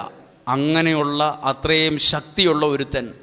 അവിടെ അടുത്ത വാക്കൊന്ന് വായിച്ചേ, അവനെ ഒതുക്കി നിർത്താൻ ആർക്കും കഴിഞ്ഞിരുന്നില്ല. അവിടെ ഇങ്ങനെ ഒരു മലയാള വാക്ക് അതിനകത്തുണ്ടോ എന്ന് ഗൗരവത്തോടെ നോക്കിക്കേ. ആർക്കും എന്നൊരു വാക്കുണ്ടോ നോക്കിക്കേ. എൻ്റെ ബൈബിളുണ്ട്, നിങ്ങളുടെ ബൈബിളുണ്ടോ നോക്കിക്കേ. ഉണ്ട്. അതെന്തിനാ അങ്ങനെ എഴുതിയിരിക്കുന്നത്? പലരും ശ്രമിച്ചിട്ടുണ്ട് ഇതിനു മുമ്പ്. ഇവനെ ഒന്ന് രക്ഷപ്പെടുത്താൻ പലരും ശ്രമിച്ചിട്ടുണ്ട്. അതാ എഴുതിയിരിക്കുന്നത്, ആർക്കും കഴിഞ്ഞിരുന്നില്ല. ഇനി ഒരു ചോദ്യം ചോദിക്കട്ടെ, ഈ മനുഷ്യൻ്റെ ജീവിതമാണിത്. ഇതൊരു പക്ഷേ എൻ്റെ കുടുംബ സാഹചര്യമായിരിക്കും, എൻ്റെ മക്കളുടെ ഭാവിയായിരിക്കും, എൻ്റെ ആരോഗ്യമായിരിക്കും, എൻ്റെ വിദ്യാഭ്യാസമായിരിക്കും, എൻ്റെ കുടുംബജീവിതമായിരിക്കും, എൻ്റെ ശുശ്രൂഷയായിരിക്കും. എന്തു ചെയ്തിട്ടും അതിൽ നിന്ന് കയറാൻ പറ്റുന്നില്ല. ആർക്കും ഒന്നും ചെയ്യാൻ പറ്റിയില്ലെങ്കിലും വിശ്വസിച്ച് നേറ്റെടുക്കണം. ദൈവത്തിന് നിന്റെ ജീവിതത്തെ പുതുക്കി പണിയാനും അത് ക്രമത്തിൽ കൊണ്ടുവരാനും അത് അനുഗ്രഹമാക്കാനും അത് അത്ഭുതമാക്കാനും ദൈവത്തിന് സാധ്യമാണ്.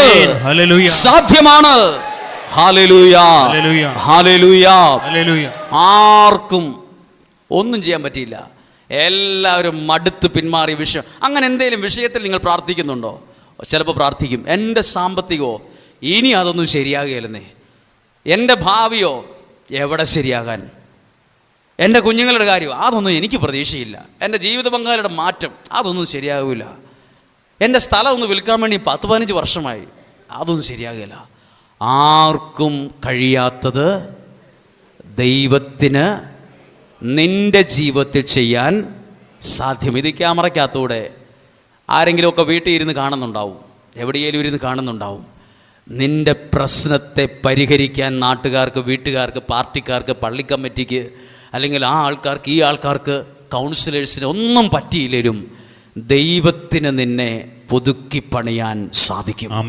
Hallelujah, hallelujah.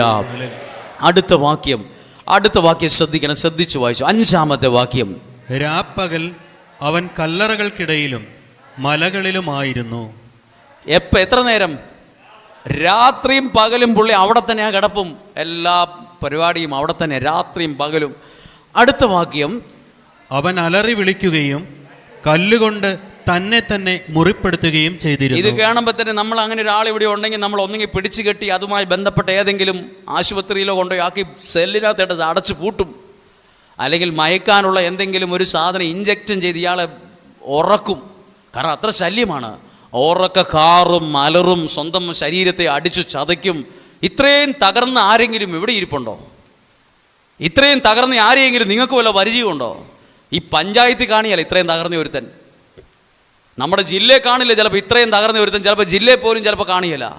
എന്തായാലും നമ്മുടെ കുടുംബത്തിലോ പരിചയത്തിലോ പഞ്ചായത്തിലോ നമ്മുടെ ഒന്നും ഇല്ല. പക്ഷേ അതിനേക്കാളൊക്കെ തകർന്ന ഒരു മനുഷ്യനായത്. ഇനി ഇത് വായിച്ച് അവസാനിപ്പിക്കുന്നത് അറിയാമോ? ദൈവം എങ്ങനെയാണ് ഈ മനുഷ്യനെ അത്ഭുതമാക്കിയെന്നൊന്ന് പറയാൻ പോവുകയാണ്. അത് പറയാതിരിക്കാൻ പറ്റത്തില്ല. അടുത്ത വാക്യം 6-ാമത്തെ വാക്യം. അകലെ വെച്ച് തന്നെ അവൻ യേശുവിനെ കണ്ട്. അതാണ് ടേണിംഗ് പോയിന്റ്. യേശുവിനെ കണ്ടിട്ട് ഇവനൊരൊറ്റ ഓട്ടോ അപ്പുറത്തെ മലയെ കൂടെ കയറി അപ്പുറത്തെ തോട്ടിലോട്ട് ചാടി അപ്പുറത്തെ മലയ്ക്ക് കയറി പോയെന്നല്ല. ഇവൻ യേശുവിനെ കണ്ടപ്പോൾ ആള് തകർന്നിരിക്കുന്നവനാണേലും എങ്ങോട്ടാ ഓടിയത്? യേശുവിൻ്റെ അടുത്തേക്ക്. ഒന്ന് ഭാവനയിൽ കണ്ടു നോക്കിക്കേ. തകർന്ന് തരിപ്പണമായ ഒരുത്തൻ യേശുവിനെ കണ്ടിട്ട്, എന്നാന്ന് പറഞ്ഞാലും പിശാച് ബാധിതൻ, ഭ്രാന്തനാന്ന് പറഞ്ഞാലും, ഇവൻ ഒരു സൺഡേ സ്കൂളിലും മതബോധനവും ധ്യാനവും കൂടിയിട്ടില്ല എന്ന് അറിഞ്ഞാലും ഇവൻ എങ്ങോട്ടാ ഓടിയേ? ഇവൻ ഇതൊക്കെ ഒരുപാട് പ്രാർത്ഥിച്ച് എല്ലാ കോഴ്സും പഠിച്ച് പ്രാർത്ഥിച്ച് ഇനി വലിയ ബിരുദാനന്തര ബിരുദമെടുത്ത പലർക്കും അറിയാവോ ഇങ്ങനെ ഓടാൻ? ഇതിനേക്കാൾ പഠിപ്പുള്ളവർക്ക് ഇതുപോലെ ഓടാൻ കഴിഞ്ഞിട്ടില്ല. അവരൊക്കെ ഇന്നും ബുദ്ധി കൊണ്ട് ചിന്തിച്ചുകൊണ്ടിരിക്കുക. വലിയ ബിടെക് എംടെക് ഉള്ളവർക്ക് അറിയത്തില്ല ഇങ്ങനെ ഓടാൻ. ഈ മനുഷ്യൻ ഓടി. എങ്ങോട്ടോടി? ഇത് നിങ്ങൾ നോക്കിക്കോ. ഇതാണ് അവൻ്റെ ജീവിതത്തെ മാറ്റിമറിച്ച ഓട്ടം. അതാണ് അവൻ്റെ ജീവിതമാകാൻ കാരണമായ ഓട്ടം. അതാണ് അവൻ യേശുവിൻ്റെ അടുത്തേക്ക് ഓടി. യേശുവിൻ്റെ അടുത്തേക്ക്. നേരെ അങ്ങോട്ട് ഓടാൻ പാടില്ലായിരുന്നോ? നമ്മളൊക്കെ ഒരാളെ പ്രാർത്ഥനയ്ക്കും ആരാധനയ്ക്കും വിളിക്കുമ്പോൾ നേരെ ഓടും അപ്പുറ സൈഡിലേക്ക്. ദൈവത്തിലേക്ക് ഓടിയവരൊന്നും എവിടെയും നശിച്ചു പോയിട്ടില്ല കേട്ടോ. ദൈവത്തിന്റെ അടുത്തേക്ക് വന്ന ഒരാളും തകർന്നു പോയിട്ടില്ല കേട്ടോ. ദൈവത്തിന്റെ അടുത്തേക്ക് വന്ന ഒരാളും നശിച്ചു പോയിട്ടില്ല. ഹല്ലേലൂയ. അവർക്ക് പറഞ്ഞേ ഹല്ലേലൂയ. നിങ്ങളും വചനമുണ്ട്, പ്രാർത്ഥനയുണ്ട്, ആരാധനയുണ്ടെന്ന് അറിഞ്ഞപ്പം ആ സമയത്ത് ഓടി കയറിയത്, ഓടി വന്നത് ഈ ദൈവസാന്നിധ്യത്തിലേക്കാണ്. പ്രാർത്ഥിച്ച ഒരു വിഷയത്തിലും ഇന്നല്ലെങ്കിൽ നാളെ മറുപടി കിട്ടാതിരിക്കില്ല. മറുപടി ദൈവം തരാതിരിക്കില്ല. കാരണം ഓടിച്ചെന്നത് ഇങ്ങോട്ടാ. ഓടിച്ചെന്നത് ആ ദൈവ സാന്നിധ്യത്തിന്റെ അടുത്തേക്ക്. ഇതേ അങ്ങനെ ഒരാൾ ഓടിച്ചെന്നു. എന്നിട്ടോ യേശുവിനെ കണ്ട് ഓടി വന്ന് അവനെ പ്രണമിച്ചു. ഏതാ വാക്ക്? പ്രണമിച്ചു. എന്താ പ്രണമിക്കുക എന്ന് പറഞ്ഞാൽ? എന്താ? ഒന്ന് ചിന്തിച്ചു നോക്കി. എന്താ പ്രണമിക്കുക? ഒരാൾ വരുമ്പോൾ, ഇപ്പം നിങ്ങളൊരാൾ വലിയൊരാൾ വരുമ്പോൾ ഞാനിങ്ങനെ, ഇതിൻ്റെ പേരാണ് എന്ത്? തല കുനിച്ച് ഇങ്ങനെ നടും വളച്ചിങ്ങനെ ചെയ്യുന്നതിൻ്റെ കാര്യമാണ് പ്രണമിച്ചു. ആരാ പ്രണമിച്ചത്? പിശാച് ബാധിതൻ തല കുനിച്ചു. ആരുടെ മുമ്പിൽ? ഇനി ഒരു കാര്യം ചിന്തിക്കണം. ജസ്റ്റ് ഒന്ന് എല്ലാവരും, നല്ല മഴയാ പുറത്ത്, എങ്കിലും ഒന്ന് ശ്രദ്ധിക്കണം. യേശുവിൻ്റെ തലയെ ഒന്നിങ്ങനെ കുനിക്കാൻ ആര് നോക്കിയിട്ടുണ്ടായിരുന്നു? പറയാം. യേശുവിനെ പിശാച് ദേവാലയത്തിൻ്റെ മുകളിലേക്ക് കയറ്റിക്കൊണ്ടുപോയി. എന്നിട്ട് എന്നാ പറഞ്ഞേ? നീ എന്നെ ഇങ്ങനെ തലതാത്തി എൻ്റെ മുമ്പിൽ നിന്നാൽ ഈ കാണുന്ന രാജ്യങ്ങൾ മുഴുവൻ നിനക്ക് ഇപ്പം എഴുതി ഒപ്പിട്ട് ആധാരം അങ്ങ് തരുവാ എന്നാ പറഞ്ഞേ. അപ്പം യേശുവിനെ തല കുനിപ്പിക്കാൻ നോക്കിയവൻ ഇപ്പോൾ എങ്ങനെയാ നിൽക്കുന്നത്? തല കുനിച്ചു. ഇത് ജീവിതത്തിൽ ഇങ്ങനെയാണ്. നമ്മളെയൊക്കെ തല കുനിപ്പിക്കാൻ, ഇങ്ങനെ ഒന്ന് ആക്കിയെടുക്കാൻ പലരും നോക്കുന്നുണ്ട്. ദൈവത്തിലാണ് നിൽക്കുന്നതെങ്കിൽ നമ്മളെ തല കുനിപ്പിക്കാൻ നോക്കിയവരുടെ മുമ്പിൽ തല ഉയർത്തി തന്നെ ദൈവം നമ്മളെ നിർത്തും. എത്രയോ പേർക്ക് സാക്ഷ്യങ്ങളുണ്ട്. നിങ്ങളെ നോക്കിയിട്ടില്ലേ പലരും? നിങ്ങളെ ഒന്ന് വാടി കാണാൻ, ഒന്ന് കുനിഞ്ഞു കാണാൻ, ഒന്ന് ശിരസ് നമിച്ചെന്ന് കാണണമെന്ന്, ഇവരുടെ കുടുംബം ഒന്ന് തകരണം എന്നൊക്കെ മനസ്സിൽ കാണുന്നവരും ചിന്തിക്കുന്നവരുണ്ട്. പക്ഷെ ഇവിടെ ഒരു നല്ല സീനാണ്, ഫോട്ടോ എടുത്ത് ഫ്രെയിം ചെയ്ത് വെക്കാൻ പറ്റിയൊരു സീനാണ്. എന്താ നോക്കൂ, പിശാച് ബാധിതൻ കുനിഞ്ഞു നിൽക്കുന്നു, യേശുവോ തല ഉയർത്തി നിൽക്കുന്നു. ദൈവത്തിൽ നിൽക്കുന്നവൻ ഏതു സാത്താൻ്റെ മുമ്പിലും എങ്ങനെ നിൽക്കും? ഏതു വലിയവന്റെ മുമ്പിൽ തല ഉയർത്തി നിൽക്കും. കാരണം അവനെ അങ്ങനെ നിർത്തുന്നത് ദൈവ സാന്നിധ്യമാണ്. പറഞ്ഞേ ഹല്ലേലൂയാ, പറഞ്ഞേ ഹല്ലേലൂയാ. എന്നാൽ ഇനി മറക്കാതെ ഡയറിയിൽ എഴുതണ്ട, ഈ ഭാഗത്ത് ഡയറി പോലെ തന്നെയാ ഈ ഭാഗവും എഴുതി വയ്ക്കണം. ദൈവസന്നിധിയിൽ മുട്ടുകുത്തുന്നവനെ ആർക്കും മുട്ടുകുത്തിക്കാൻ പറ്റില്ല. ദൈവ സാന്നിധ്യത്തിൽ കരങ്ങൾ ഉയർത്തുന്നവനെ ആരുടെ മുമ്പിലും കൈനീട്ടേണ്ടി വരില്ല. ദൈവസന്നിധിയിൽ തല കുനിക്കുന്നവനെ ആർക്കും തല കുനിപ്പിക്കാൻ സാധ്യമല്ല. ഹല്ലേലൂയാ. കരങ്ങൾ ഉയർത്തി പറഞ്ഞേ ഹല്ലേലൂയാ, പറഞ്ഞേ ഹല്ലേലൂയാ. നോക്കൂ, ഇപ്പൊ നിൽക്കുന്ന തല കുനിഞ്ഞാണ്. അടുത്ത വാക്യം, ഉച്ചത്തിൽ നിലവിളിച്ചുകൊണ്ട്, ഉച്ചത്തിൽ നിലവിളിച്ചുകൊണ്ട് പറഞ്ഞു, മഹോന്നതനായ ദൈവത്തിന്റെ പുത്ര. ശരിക്കും വായിച്ചേ, മഹോന്നതനായ ദൈവത്തിന്റെ പുത്ര യേശുവേ, യേശുവേ അങ്ങ് എന്റെ കാര്യത്തിൽ എന്തിനിടപെടുന്നു? ആ വാക്കൊന്ന് ശ്രദ്ധിച്ചേ. ഒരാൾ ചോദിക്കുകയാണ്, നീ എന്റെ കാര്യത്തിൽ എന്തിന് ഇടപെടുന്നു? ആ വാക്കുണ്ടോ? അപ്പൊ ദൈവം എന്തിനാ വന്നേന്ന് ആർക്കു വരെ അറിയാം? നിങ്ങൾക്കറിയുമോ? അത് ഇവിടെ ഇരിക്കുന്ന പലർക്കും അറിയത്തില്ല എന്ത് ദൈവം എൻ്റെ കാര്യത്തിൽ ഇടപെടുമെന്ന്. ആ ബോധ്യം ഉണ്ടായിരുന്ന മുഖം ഇച്ചിരൂടെ തെളിഞ്ഞേനെ. ഇപ്പോഴും എവിടെയോ ദുഃഖമുണ്ട്. പിശാചിന് വരെ അറിയാം എന്ത് ദൈവം വന്നിരിക്കുന്ന എൻ്റെ കാര്യത്തിൽ ഇടപെടാനാണെന്ന്. എന്നാൽ ഇന്നൊന്ന് വിശ്വസിച്ച്, ഇന്ന് ഞാൻ ഈ മനസ്സ് തുറന്ന് അധരം തുറന്ന് പ്രാർത്ഥിക്കുമ്പോൾ എൻ്റെ ദൈവം എൻ്റെ കാര്യത്തിൽ ഇടപെടും. എൻ്റെ സാമ്പത്തിക തകർച്ചയിൽ ഇടപെടും, എൻ്റെ കുടുംബം തകർന്ന സാഹചര്യത്തിൽ ഇടപെടും, എൻ്റെ ആത്മീയ വിഷയത്തിൽ ഇടപെടും, എൻ്റെ ജീവിതത്തിൽ ഇടപെടും. ഹല്ലേലൂയാ, ഹല്ലേലൂയാ. ഇത്രയും ഒന്ന് നിർത്തിയിട്ട് ഇത് വെച്ചൊന്ന് പ്രാർത്ഥിക്കണം. ഇത്രയും വെച്ചൊന്ന് നമുക്കൊന്ന് പ്രാർത്ഥിക്കണം. കാരണം ദൈവം തീർന്നിട്ടില്ല, ഞാൻ നിർത്തിയില്ല. പിശാച് ബാധൻ ചോദിക്കുകയാണ്, നീ എന്തിനാ എൻ്റെ കാര്യത്തിൽ? ഇനി എൻ്റെ ജസ്റ്റ് ഇത് പ്രാർത്ഥിക്കുന്നതിന് മുമ്പ് കേട്ടോണം. പിശാച് ബാധിതൻ കിടന്നത് എവിടെയാ? കല്ലറയിൽ. അവൻ അറിഞ്ഞായിരുന്നോ ഒരു ദൈവം അപ്പുറത്തെ മറുകരയെന്ന് വള്ളത്തിനകത്ത് കയറി ഇങ്ങനെ യാത്ര ചെയ്ത് എൻ്റെ അടുത്തേക്ക് വരുന്നുണ്ടെന്ന് ഈ മനുഷ്യനോട് ആരെങ്കിലും ഫോൺ വിളിച്ച് പറഞ്ഞായിരുന്നോ? അത് നോക്കി ഇവൻ കണ്ടിട്ട് പോലുമില്ല. അപ്പം നമുക്കൊന്ന് ചിന്തിച്ചേ, നമ്മളിപ്പോൾ പള്ളിക്കകത്തായിരിക്കുന്നേ, നമ്മളെ രക്ഷിക്കാൻ ഒരു ദൈവം നമ്മുടെ അടുത്തേക്ക് ഇങ്ങനെ വരുന്നുണ്ടെന്ന് ഭാവന കാണാമോ? ആരുമില്ല, നമുക്ക് നമ്മുടെ അടുത്തേക്ക് ഇതുപോലെ വരാൻ ഒരാളും ഇല്ലെന്നേ. 10 കാശും ജോലിയും പറമ്പും കാറും ഒക്കെ ഉള്ളപ്പോൾ എല്ലാവരും ഉണ്ട്. ഇച്ചിരി ഒന്ന് തകർന്നിരിക്കട്ടെ, 10 രൂപയുടെ വിഷമം വരട്ടെ, ബാങ്കിൽ നിന്ന് ജപ്തിയുടെ നടുവിലിരിക്കട്ടെ, ഒരാൾ ഫോൺ വിളിച്ചാൽ പോലും ആരും എടുക്കുകയില്ല, ആരും എടുക്കത്തില്ല. ഈ പറയുന്ന എല്ലാവരും, ഈ ചിരിച്ച് കാണിച്ച പലരും ഒരല്പം മാറിയേ നിൽക്കത്തുള്ളൂ. അവൻ ഇച്ചിരി പ്രശ്നത്തിലാണെന്നറിഞ്ഞാൽ എല്ലാവരും മാറി നിൽക്കും. ജസ്റ്റ് ഇവൻ സിമിത്തേരി കിടക്കുമ്പോഴും ദൈവം അവന് വേണ്ടി വള്ളത്തെ കയറി അതിൽ യാത്ര ചെയ്ത് ഇവിടെ വന്നിറങ്ങി കൃത്യം അവൻ്റെ അടുത്തേക്ക് വരുവാണ്. അവൻ പോലും അറിഞ്ഞിട്ടില്ല, കണ്ടിട്ടില്ല അവൻ്റെ അടുത്തേക്ക് വരുന്നൊരു ദൈവത്തെ. പക്ഷെ വിശ്വസിക്കുന്ന പ്രിയപ്പെട്ടവരോട് പറയട്ടെ, വിശ്വാസത്തിൻ്റെ കണ്ണുകളിലൊന്ന് കണ്ടേ എൻ്റെ അടുത്തേക്ക് വരുന്നൊരു ദൈവത്തെ. അങ്ങനെ നിന്നോ നമുക്കൊന്ന് പ്രാർത്ഥിക്കണ്ടേ? ഒന്ന് എഴുന്നേറ്റ് നിൽക്കാമോ? ഒന്ന് എഴുന്നേറ്റ് നിന്ന് പാടി പ്രാർത്ഥിക്കാൻ പോവുകയാണ്. അകത്ത് നിൽക്കുകയാണേലും പുറത്തു നിൽക്കുകയാണേലും ഈ പള്ളിയുടെ ഏത് ഭാഗത്ത് നിൽക്കുകയാണേലും കണ്ണുകളൊന്ന് അടച്ച് നിങ്ങളുടെ പ്രാർത്ഥനാ വിഷയങ്ങൾ, നിങ്ങളുടെ സങ്കടങ്ങൾ, നിങ്ങളുടെ പ്രതിസന്ധികൾ, നിങ്ങൾ അനുഭവിക്കുന്ന വെല്ലുവിളികൾ, നിങ്ങൾ അനുഭവിക്കുന്ന പ്രയാസങ്ങൾ എല്ലാം മനസ്സിലേക്ക് കൊണ്ടുവന്നിട്ട്, ഇതേ ഒരു ദൈവം എനിക്ക് വേണ്ടി കുരിശിൽ മരിച്ച് ഉയർത്തെഴുന്നേറ്റ് ഇന്നും ജീവിക്കുന്ന ദൈവം നിന്റെ അടുത്തേക്ക് ഇങ്ങനെ വരുന്നു. നിന്റെ അടുത്തേക്ക് വരുന്നത് പലർക്കും ഇഷ്ടപ്പെട്ടിട്ടില്ല കേട്ടോ. സാത്താന്റെ ലോകത്തിനൊട്ടും ഇഷ്ടപ്പെട്ടിട്ടില്ല ദൈവത്തിന്റെ ഈ വരവ്. പലർ മനുഷ്യർക്കും ഇഷ്ടപ്പെട്ടിട്ടില്ല ദൈവത്തിന്റെ ഈ വരവ്. ദൈവം നിന്റെ അടുത്തേക്ക് വന്നിട്ട് അപ്പൊ പിശാച് ബാധിതൻ പോലും പറയുക, എന്തിനാ എൻ്റെ കാര്യത്തിൽ നീ ഇടപെടുന്നേ? എന്തിനാ എൻ്റെ കാര്യത്തിൽ ഇടപെടുന്നേ? എല്ലാ വിശ്വാസികളോടും വിശ്വാസത്തിൽ നിന്നുകൊണ്ട് പറയട്ടെ, ദൈവമാരാണ്? ദൈവമാരാണ്? ഏതു തകർന്നവന്റെ ജീവിതത്തിലും ഇടപെടുന്നവനാണ്. ഏത് പരാജിതനെയും രക്ഷിക്കുന്ന ദൈവത്തിന്റെ ഇടപെടലാണ്. രണ്ട് കരങ്ങൾ നമുക്കൊന്ന് ഉയർത്തിപ്പിടിക്കാം. രണ്ട് കരങ്ങളും ഉയർത്തിപ്പിടിച്ച് ഇത്രയും ഇന്ന് കേട്ട ഈ വചനങ്ങൾ മനസ്സിലേക്കൊന്ന് കൊണ്ടുവന്നേ. കല്ലറകൾ കിടന്ന് തകർന്ന് തരിപ്പണമായ ഒരു ജീവിതം, കല്യാണം കഴിച്ച് ഭാര്യയും മക്കളുമായി സന്തോഷത്തോടെ ജീവിക്കേണ്ടവൻ ഇന്ന് സെമിത്തേരി കിടക്കുക. ഇന്ന് ഭ്രാന്തനെ പോലെ ജീവിക്കുക. വീടില്ല, വീട്ടുകാരില്ല, നാട്ടുകാരില്ല, പള്ളിക്കാരില്ല, ആരുമില്ല. പക്ഷെ ആരുമില്ലാത്തവർക്കൊരു ദൈവമുണ്ട്.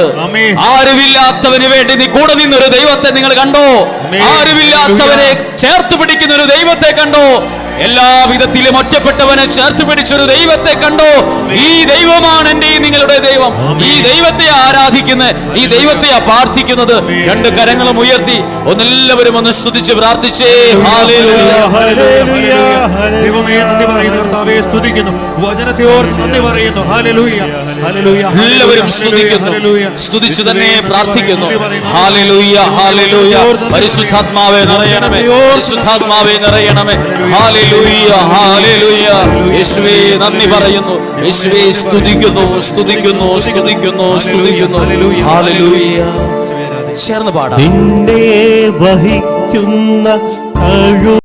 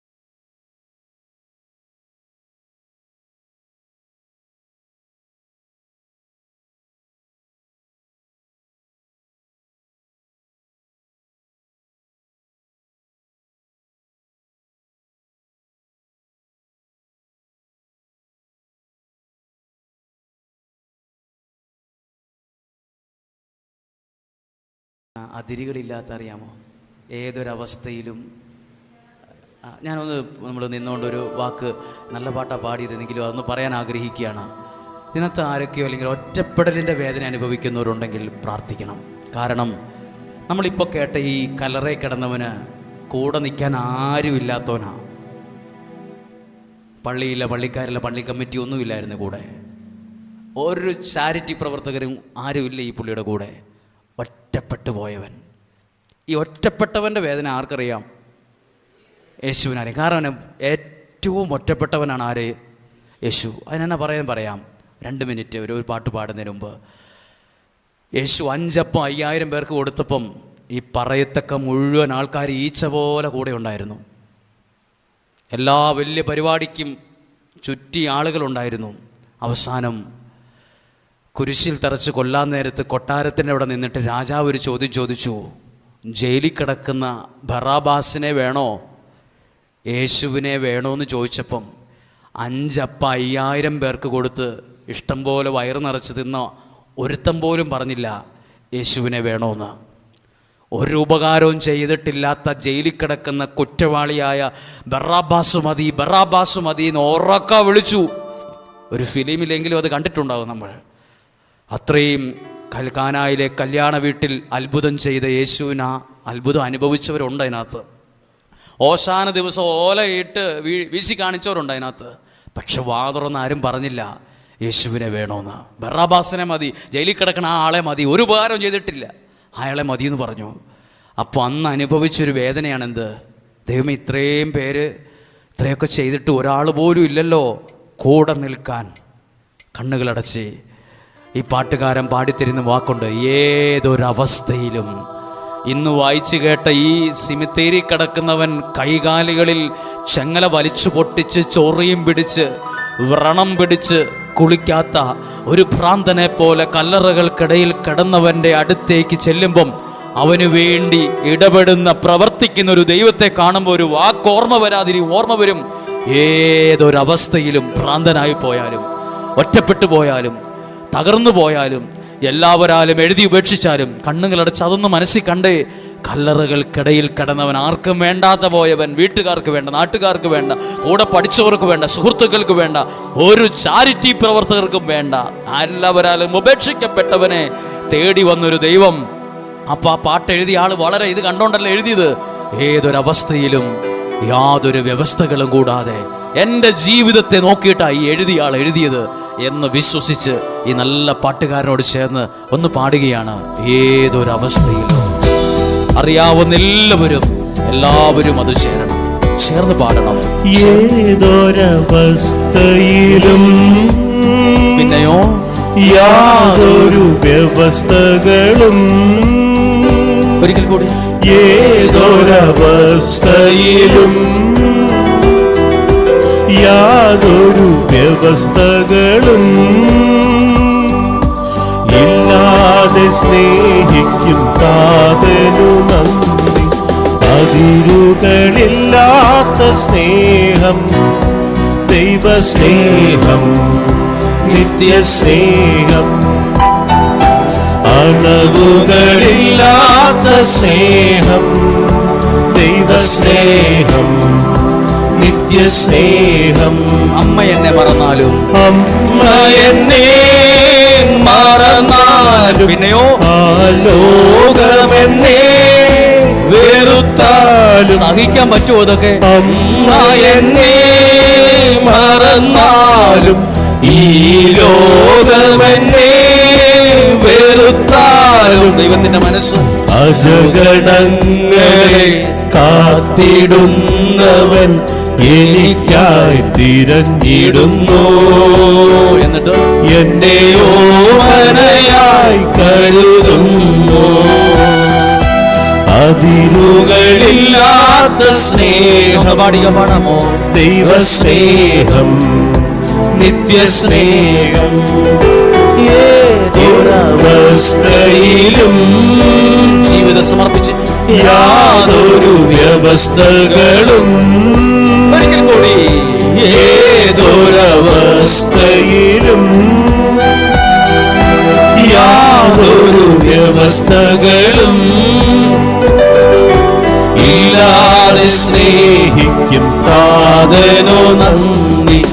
അതിരുകളില്ലാത്ത സ്നേഹം, ഏതു സ്നേഹം? ദൈവസ്നേഹം, നിത്യസ്നേഹം, അളവുകളില്ലാത്ത സ്നേഹം, ദൈവസ്നേഹം, നിത്യസ്നേഹം, ദൈവസ്നേഹം, നിത്യസ്നേഹം. ഈ സ്നേഹത്തെ നോക്കിയിട്ടാണ് പൗലോസ്ലീഹ പറഞ്ഞത്, ഈ സ്നേഹത്തിൽ നിന്ന് ആർക്കെന്നെ വേർപെടുത്താൻ കഴിയും? ആപത്തോ വാളോ പട്ടിണിയോ യുദ്ധമോ ആർക്കും. ഏത് സ്നേഹത്തെ നോക്കിയിട്ടാ? ഇത് ഈ സ്നേഹം. ഇപ്പോൾ പാടിയ ആ സ്നേഹത്തെ നോക്കിയിട്ടാണ്. നമുക്കിരിക്കാം.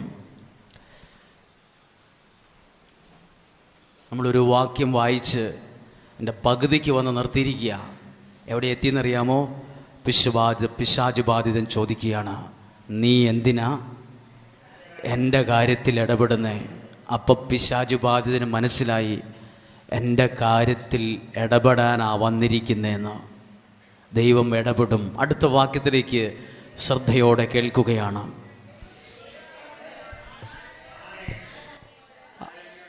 അപേക്ഷിക്കുന്നു, അങ്ങ് എന്നെ പീഡിപ്പിക്കരുതേ. അയ്യോ, എന്നെ ഉപദ്രവിക്കല്ലേ പ്ലീസ് എന്ന് പിശാച് ബാധിതൻ പറഞ്ഞു. അടുത്ത വാക്യം, കാരണം റീസൺ എന്താണെന്ന് നോക്കുക. റീസൺ, കാരണം അശുദ്ധാത്മാവേ ആ മനുഷ്യനിൽ നിന്ന് പുറത്തു വരൂ എന്ന് യേശു ആജ്ഞാപിച്ചിരുന്നു. ഏത് ടെൻസിലാണ് എഴുതിയിരിക്കുന്നത്?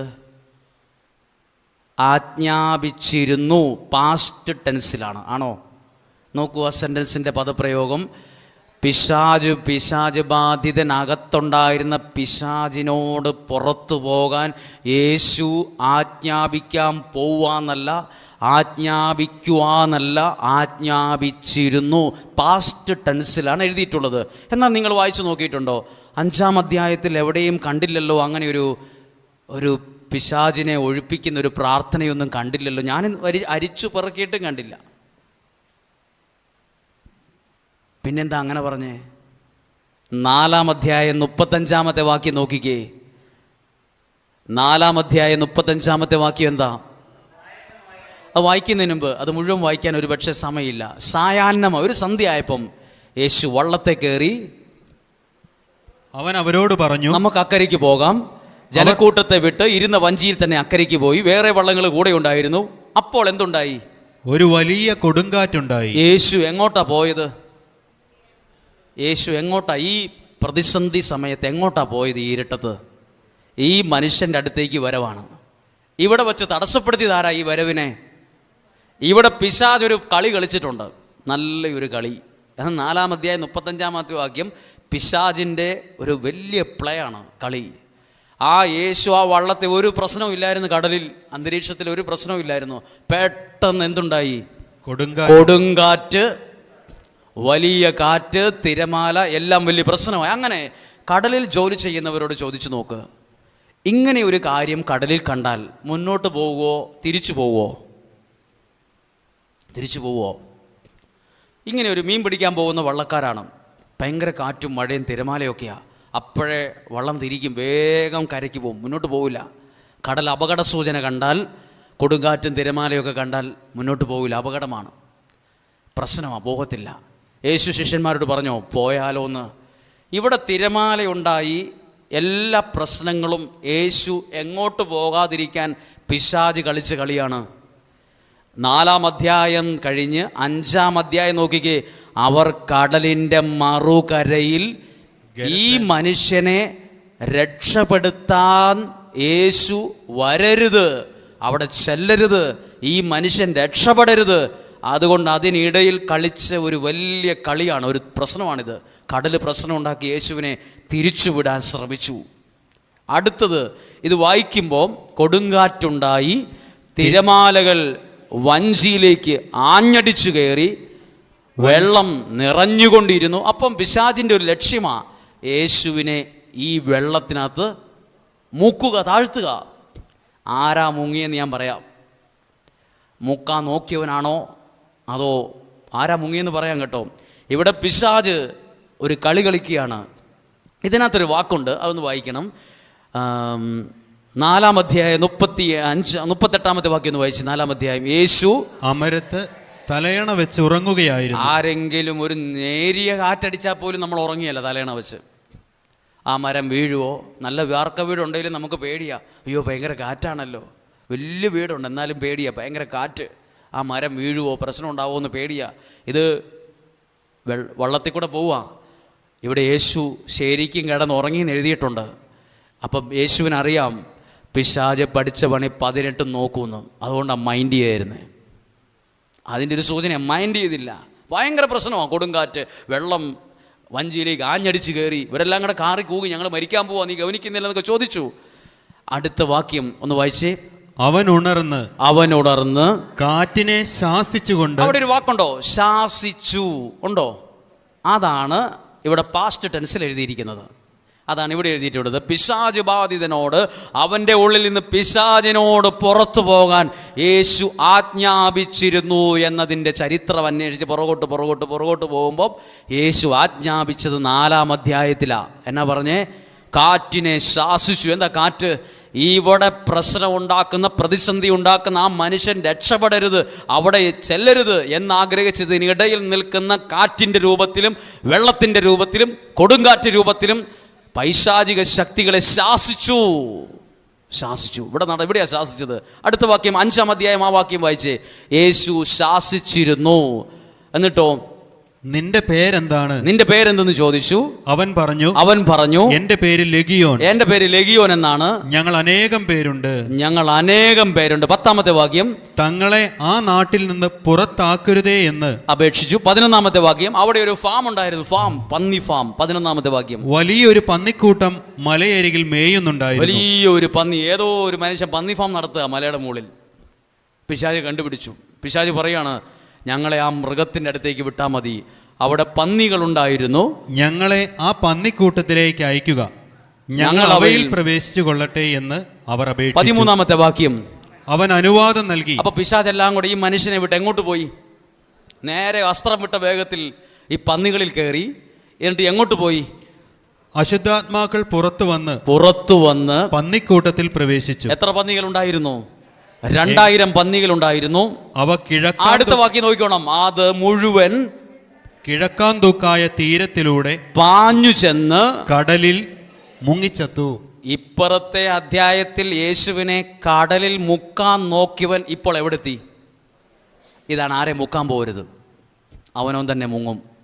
വാക്കുകൊണ്ടായാലും പ്രവൃത്തി കൊണ്ടായാലും വാട്സപ്പിൽ ഒരു മെസ്സേജ് അയച്ചിട്ടാണേലും അത് എന്ത് കാര്യം ചെയ്തിട്ട് ആരെയും മുക്കാൻ പോകരുത്. മുക്കാൻ പോകുന്നവൻ നാളെ ഒരു സമയത്ത് സ്വയം മുങ്ങിപ്പോവും. ഇവിടെ യേശുവിനെ മുക്കാൻ നോക്കിയത് ആരാന്നറിയാമോ? പഠിച്ച പണി 18 നോക്കിയത് പിശാചാണ്. ഇപ്പം ആരവസാനം മുങ്ങിപ്പോയി? അതേ കടലിലാണ് മുക്കാൻ നോക്കിയത്. അതേ കടലിൽ പുള്ളി പിശാച് മുങ്ങിച്ചത്തു, തകർന്ന് തരിപ്പണമായി. ഇനി വലിയൊരു അടുത്ത വാക്യത്തിലേക്ക് കയറുകയാണ്. അടുത്ത വാക്യം വായിക്കുന്നതിന് മുമ്പ് അടുത്ത വാക്യം ഞാൻ പറയുന്ന കാര്യം വായിക്കാം. 19-ാമത്തെ വാക്യം. അവൻ പറഞ്ഞു, നീ വീട്ടിൽ സ്വന്തക്കാരുടെ അടുത്തേക്ക് പോവുക. ഇത്രയും നാളില്ലാത്ത സ്വന്തക്കാരുടെ അടുത്തേക്ക് പോകാൻ പറഞ്ഞു. ഇത്രയും നാൾ ഇന്ന് സിമിത്തേരി കിടന്നപ്പോൾ സ്വന്തക്കാരൊന്നും ഇല്ലായിരുന്നോ? ചേട്ടാനിമാരൊന്നും ഇല്ലായിരുന്നു. ഇപ്പോൾ സ്വന്തക്കാരൊക്കെ ആയി. ഇനി 20-ാമത്തെ വാക്യം ഒന്ന് വായിച്ച് എല്ലാവരുടെ ബൈബിൾ ഫോണിലാണേലും പുസ്തകത്തിൻ്റെ രൂപത്തിലുള്ള ബൈബിളാണേലും നോക്കണേ. 20-ാമത്തെ വാക്യം. അവൻ പോയി യേശു എനിക്ക് വേണ്ടി ചെയ്തത് എന്തെല്ലാം ചെയ്തുവെന്ന് ദെക്കോപോളിസിൽ പ്രഘോഷിക്കാൻ തുടങ്ങി. പുള്ളി ഇപ്പം വലിയ കൺവെൻഷൻ നടന്ന ടീമായി. തുണിയില്ലാതെ നടന്ന പാർട്ടിയാ.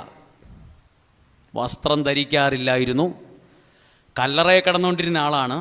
കയ്യിലും കാലിലും ചെങ്ങലക്കിരുന്ന ആൾ ഇപ്പം അപ്പുറത്തെ പന്തലിൽ വലിയ കൺവെൻഷൻ നടത്തുക. ഏത് സ്ഥലം ഏതാ കൺവെൻഷൻ നടക്കുന്ന സ്ഥലം ഏതാ? ദെക്കോപോളിസിൽ മെഗാ ബൈബിൾ കൺവെൻഷൻ. പുള്ളി എവിടെ കിടന്നവനിപ്പോൾ എവിടെ എത്തി? ഇതാണ് ഇതിൻ്റെ ഇടയിൽ കാണുന്നതാണ് ദൈവപ്രവൃത്തി. ആമേൻ. നിങ്ങൾക്ക് ചിന്തിക്കാൻ പറ്റുമോ? ഇന്ന് അപ്പോൾ അവനെ കാണാൻ വേണ്ടി 100 പേര് കാവൽ നിൽക്കുക പുള്ളിയെ കാണാൻ വേണ്ടി. ഈ പുള്ളി വന്നത് കല്ലറയ്ക്ക് ഒരു മനുഷ്യക്കുഞ്ഞ് ചോറ് കൊടുക്കാൻ. ചോറുണ്ടായിരുന്നോ? കാപ്പി വല്ലതും കുടിച്ചോ കുഞ്ഞേന്ന് ചോദിച്ചിട്ടില്ല ഇന്ന് വരെ. ഇപ്പം അവന് ബിരിയാണി കൊടുക്കാൻ വരെ ആൾക്കാരുണ്ട്. ഇപ്പം പുള്ളി വലിയൊരു ടീമായി. ഇപ്പം ദെക്കോപോളിസ് സ്റ്റേജിൽ നിന്ന് പുള്ളി പ്രഘോഷണം നടത്തുക. ഇപ്പം ഞാൻ നിൽക്കണത് പോലെ. സ്വപ്നം കാണാൻ പറ്റുമോ ഇങ്ങനെ ഒരുത്തന് ഈ പൊസിഷൻ എത്താൻ പറ്റുമെന്ന്? നിങ്ങൾ പറ. എവിടെ ആരെ കൊണ്ടെങ്കിലും പറ്റുമോ? എവിടെയോ കിടന്നവൻ ഇന്ന് നിൽക്കുന്ന അഭിമാനമാണ്. അടുത്തൊരു വാക്കുണ്ട്, കുഞ്ഞു വാക്ക്, അതും കൂടെ വായിക്കാതെ അവസാനിക്കരുത്. ജനങ്ങൾ അത്ഭുതപ്പെട്ടു. ജനങ്ങൾ കണ്ണു തള്ളിപ്പോയി. ആകെ ഒറ്റപ്പെട്ടു പോയവൻ അങ്ങനെ ഒരു പൊസിഷനിൽ ഇരിക്കുന്നത് കണ്ടപ്പം ജനങ്ങൾ അത്ഭുതപ്പെട്ടു. അപ്പം ദൈവം ഒരാളെ അനുഗ്രഹിക്കുമുണ്ടല്ലോ, അറിയാവുന്ന പലരും ഇവൻ്റെ കുടുംബമോ, ആ ആളുടെ മകനോ, ആ ആളുടെ കുടുംബമോ അത്ഭുതപ്പെടും. ആമേൻ. അത്ഭുതപ്പെടുന്ന നിലയിൽ ദൈവം കൊണ്ടെന്ന് വെച്ചു. ആകെ എത്ര വാക്യമുണ്ടെന്ന് നോക്കിക്കുക. ആകെ 1 വാക്യം മുതൽ ആകെ 20ാമത്തെ വാക്യം എത്തിയപ്പോഴത്തേക്കും ആളൊരു നിലയിലെത്തി. ദൈവത്തിന് ഒരാളെ അനുഗ്രഹിച്ച് ഉയർത്താൻ പദ്ധതി ഉണ്ടെങ്കിൽ നിന്റെ ജീവിതത്തെ അത്ഭുതമാക്കാൻ ദൈവത്തിന് പറ്റുമെന്നാ ഞാൻ പറഞ്ഞത്. Hallelujah, hallelujah. ഇതെനിക്ക് നമുക്ക് വായിച്ചാൽ ഒന്നും ഇത് മനസ്സിൽ നിന്ന് പോകത്തില്ല. ഈ ചിത്രം നമുക്കിന്ന് ദെക്കോപോളിസ് പുള്ളി പ്രഘോഷിക്കുവാന്നൊക്കെ പറയുന്നു, ഓക്കെ. പക്ഷേ ഇതിനു മുമ്പ് കുറച്ചു മുമ്പ് കിടന്നത് ആർക്കും വേണ്ടാത്തവൻ, കാറിക്കൂകി ബഹളം വെച്ച് ഭ്രാന്തനായി നടന്നവൻ ഇന്നൊരു അനുഗ്രഹമുള്ള ഒരു പൊസിഷനിൽ എത്തി നിൽക്കുക. ഇതിനിടയിൽ പ്രവർത്തിച്ചതാരാ? എത്ര പേർ വിശ്വസിക്കുന്നു ഈ ദൈവം എൻ്റെ ജീവിതത്തിലും ഇടപെടും? ഈ ദൈവം ഇന്നും ജീവിക്കുന്ന ദൈവമാണ്. ഇതാണ് ദൈവത്തിന്റെ സ്വഭാവം. ഹല്ലേലൂയ. അവർക്ക് പറഞ്ഞേ ഹല്ലേലൂയ, ഹല്ലേലൂയ, ഹല്ലേലൂയ. ഇത് വെച്ച് നമ്മൾ പ്രാർത്ഥിക്കണം കേട്ടോ. ഇത് നിങ്ങൾ നമ്മുടെ മനസ്സിൽ ഇത് ഒരിക്കൽ കേട്ടാൽ പിന്നെ ഒരു ഫ്രെയിമിനകത്ത് ഇത് മുഴുവൻ നിൽക്കും, ഇല്ലേ? ഇത് പോകത്തില്ല, ഇതൊരിക്കലും മനസ്സിൽ നിന്ന് പോകത്തില്ല. ഈ മനുഷ്യനെ ഇങ്ങനൊരു നിലയിലെത്തിക്കാൻ പറ്റുമെങ്കിൽ നമ്മൾ വിശ്വസിച്ച് നമ്മളെയും അത്ഭുതമാക്കാൻ. ഇപ്പം നമ്മൾ ചിലപ്പോൾ ഈ പിശാച് ബാധിതനെ കണ്ടിട്ട് പറയും, ഓ ഇതുപോലെ തകർന്നിരിക്കുന്ന ജീവിതമാണ് എൻ്റേത്, എൻ്റെ കുടുംബം, എൻ്റെ മക്കൾ, എൻ്റെ ആരോഗ്യം. സാരയില്ല, ദൈവത്തിന് നിൻ്റെ ജീവിതത്തിൽ ഇടപെടാൻ നീ മനസ്സ് കൊടുത്ത് ഇടപെടാൻ അവസരം കൊടുത്താൽ ദൈവം അതിനെ ഇങ്ങനെ പുതുക്കി പണിത് കൊണ്ടുവരും. Hallelujah, hallelujah. അതെന്നോടൊരാൾ പറഞ്ഞു. അതായത് എല്ലാവരും തള്ളിയതിനെ ദൈവം സെൻറ്റർ ഓഫ് അട്രാക്ഷൻ ആക്കും. എന്താ വാക്കിൻ്റെ അർത്ഥം? സെൻറ്റർ ഓഫ് അട്രാക്ഷൻ എന്ന് പറഞ്ഞാൽ എല്ലാവരും നോക്കുന്നത് ഇപ്പം പുള്ളീനെയാണ്. കല്ലറേ കിടന്ന് തുണിയില്ലാതെ നടന്ന് ഭക്ഷണവുമില്ല ഭ്രാന്തനെ പോലെ നടന്നവനെ ജനങ്ങളെല്ലാ കണ്ണുകളും പുള്ളീനെ നോക്കുക അത്ഭുതത്തോടെ. സെൻറ്റർ ഓഫ് അട്രാക്ഷൻ ഇപ്പോൾ പുള്ളിയാണ് നാട്ടിൽ. എല്ലാവരും ഇയാളിങ്ങനൊന്നും ഇവിടെ എത്തുമെന്ന് ഞാൻ വിചാരിച്ചില്ല കേട്ടോ, ഇങ്ങനെയൊന്നും ഈ മനുഷ്യനെത്തുമെന്നൊന്നും ഞാൻ വിചാരിച്ചില്ല കേട്ടോ. ഇയാളൊന്നും വീട്ടിൽ കയറ്റിക്കൊള്ളാൻ പറ്റാത്ത ഒരാളായിരുന്നു. ഇപ്പോൾ ദൈവമേ ആ വീട്ടിലൊന്ന് വരണമെന്ന് പ്രാർത്ഥിക്കാൻ വരെ ആൾക്കാരായി. ബ്രദറെ എൻ്റെ വീട്ടിൽ വരണമെന്ന്. ഏത് പാർട്ടി? ഈ പുള്ളിയോട് ഇപ്പോൾ ആൾക്കാർ പറയും, ബ്രദറെ പറ്റുവാണ് എൻ്റെ വീട്ടിലൊന്ന് വരുവാ, ഒന്ന് പ്രാർത്ഥിക്കാനാണ്. സിമിത്തേരി കിടന്ന പാർട്ടിയാണ്. ഇപ്പോൾ ആൾക്കാർ ക്യൂ നിൽക്കുക, ഒന്ന് തലയിൽ കൈ വെച്ച് പ്രാർത്ഥിച്ച് എൻ്റെ വീട്ടിലൊന്ന് വന്നേ. ദൈവം ഇങ്ങനെയാണ്. ഈ ദൈവമാണ് നമ്മുടെ ദൈവം. ഈ ദൈവമാണ്. എത്ര വലിയോരെ മുട്ടുകുത്തിക്കാൻ 10 മിനിറ്റ് മതി ദൈവത്തിന്. അത് വിശ്വസിക്കാൻ പറ്റുമോ? ഒരാൾ പറഞ്ഞു എന്തു പ്രാർത്ഥന, എന്ത് ആരാധന. നിങ്ങളൊക്കെ ഈ എന്നെ ഒരാൾ വിളിച്ച് ദൈവം കൂടിയ ആളെന്നാ എന്നെ വിളിച്ചെന്നറിയാം. ദൈവം നിനക്കൊക്കെ ദൈവം കൂടിക്കഴിഞ്ഞാൽ പിന്നെ വിറയൊക്കെ തുടങ്ങുമല്ലോ എന്ന് പറഞ്ഞു. പുള്ളിക്ക് അങ്ങനെ തോന്നിക്കാണും. എന്നെ കളിയാക്കി വിളിക്കും ദൈവം കൂടിയ അച്ഛൻ, ദൈവം കൂടിയ ആള്. ഞാൻ അയാൾ ഇതിലൊക്കെ പറയുമ്പോണ്ടല്ലോ, മക്കളൊക്കെ വലിയ നിലയിലാണ്, ഭയങ്കര പൈസയൊക്കെ വരുന്ന ആളാണ്. അയാൾ ഒരു ദിവസം പ്രാർത്ഥിക്കാൻ വന്ന് ഞാൻ ചോദിച്ചു, ഇയാൾ എന്തിനാണാവോ ഇവിടെ വന്നത്? അയാൾക്ക് ധ്യാനം പ്രാർത്ഥന അലർജിയാണ്, വരത്തില്ല. പക്ഷേ അയാളുടെ ശരീരത്തിന് ആ ഒരു ഭാഗത്ത് ഒരു കുഞ്ഞ് തടിപ്പ്. അയാൾ ഭാര്യയോട് പോലും പറഞ്ഞില്ല. അയാൾ ഉത്തമ സുഹൃത്തിനോട് പറഞ്ഞു, എടാ എൻ്റെ ശരീരത്തിൽ ഒരു ചെറിയ പ്രശ്നമുണ്ട്, ഒരു വേദനയുണ്ട്. അങ്ങനെ പറഞ്ഞു നമുക്ക് ഡോക്ടറെ കാണിക്കുന്ന കുഴപ്പം, ഞാൻ വരാം, നമുക്ക് പോവാം. ഹോസ്പിറ്റലിൽ ചെന്നു, ഡോക്ടറെ കണ്ടു. ഡോക്ടർ അതിനെ ഒന്ന് അയച്ചു, ബയോപ്സിക്ക് അയക്കണമെന്ന് പറഞ്ഞു. അപ്പോൾ തന്നെ പേടിയായി. റിസൾട്ട് വന്നപ്പം ഡോക്ടറെ അടുത്ത് ചെന്നപ്പോഴേ ഡോക്ടർ 3 സെൻറ്റൻസേ പറഞ്ഞുള്ളൂ. 3 സെൻറ്റൻസ്.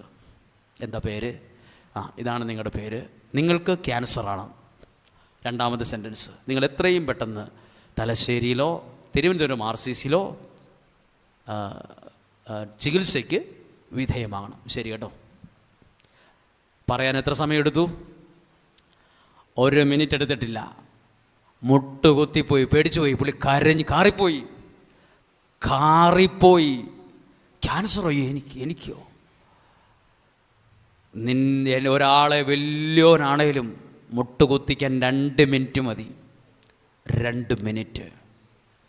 ഡോക്ടറുടെ കയ്യിലോട്ട് കൊടുക്കുന്ന പേപ്പർ, ഡോക്ടർ അത് വായിച്ച് മുഖത്തേക്ക് നോക്കിയിട്ട് ഇങ്ങനെ രോഗമുണ്ട് എന്ന് പറയുമ്പോഴേ നമ്മുടെ മനസ്സ് പപ്പടം പോലെ പൊട്ടിപ്പോവും. ദൈവമേ, എൻ്റെ ജീവിതം പോയി. പ്രാർത്ഥിക്കാൻ വന്നിരിക്കുക. അത്രയേ ഉള്ളൂ നമ്മുടെ ജീവിതം. എനിക്ക് വിദേശ പണമുണ്ട്, വിദേശത്ത് നിന്ന് പണം, പിള്ളേരവിടെയാ, വീട്ടിൽ 10-20 ഏക്കർ സ്ഥലമുണ്ട്, ടൗണിൽ കിടക്കുന്ന 3 നില ബിൽഡിംഗ് എൻ്റെയാണ്, കോടികളുടെ വരുമാനമുണ്ട്, എൻ്റെയുണ്ട്. സുഹൃത്തേ, അത് കയ്യിൽ നിന്ന് ഒഴുകിപ്പോകാൻ ഒരു രോഗം പോരെ? ഒരു രോഗം മതി അതെല്ലാം ഇങ്ങനെ ഒഴുകി അങ്ങ് പോകാൻ. അഭിമാനിക്കാനും കേമം നടിക്കാനും ഒന്നും എനിക്കും നിങ്ങൾക്കും ഇല്ല. ദൈവത്തിൻ്റെ കയ്യിലെ കുഞ്ഞു ജീവിതമാണ് നമ്മുടേത്. ഒന്നുമില്ല, ദൈവത്തിൻ്റെ കയ്യിലെ ഉപകരണം മാത്രം. ദൈവത്തിൻ്റെ കയ്യിൽ വെച്ചു കൊടുത്താൽ ജീവിതത്തെ ദൈവം അത്ഭുതമാക്കി അടയാളമാക്കി മാറ്റും. ആമേൻ. ഇന്ന് ദെക്കോപോളിസിൻ്റെ പ്രവാചകനാണ് പുള്ളി. ദെക്കോപോളിസിലെ ജനങ്ങൾ മുഴുവൻ പുള്ളിയുടെ അടുത്ത് കൂടിയിരിക്കുകയാണ്. പുള്ളി ഇപ്പം വലിയ വലിയ നിലയിലും വിലയിലുമായി. ഇപ്പം പണ്ടത്തെ പോലൊന്നും അല്ല, ഇപ്പം കാര്യങ്ങൾ മാറി. കഴുത പോലെ ചെളിപറ്റി ചാണകത്തിനകത്ത് കിടന്ന ജീവി പോലെ ഇരുന്ന ആളാണ് കല്ലറക്കടയിൽ.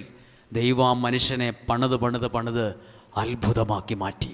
പ്രിയപ്പെട്ടവരെ, എവിടെയും എന്തു വിഷയമുണ്ടെങ്കിലും തകർന്നേക്കരുത്.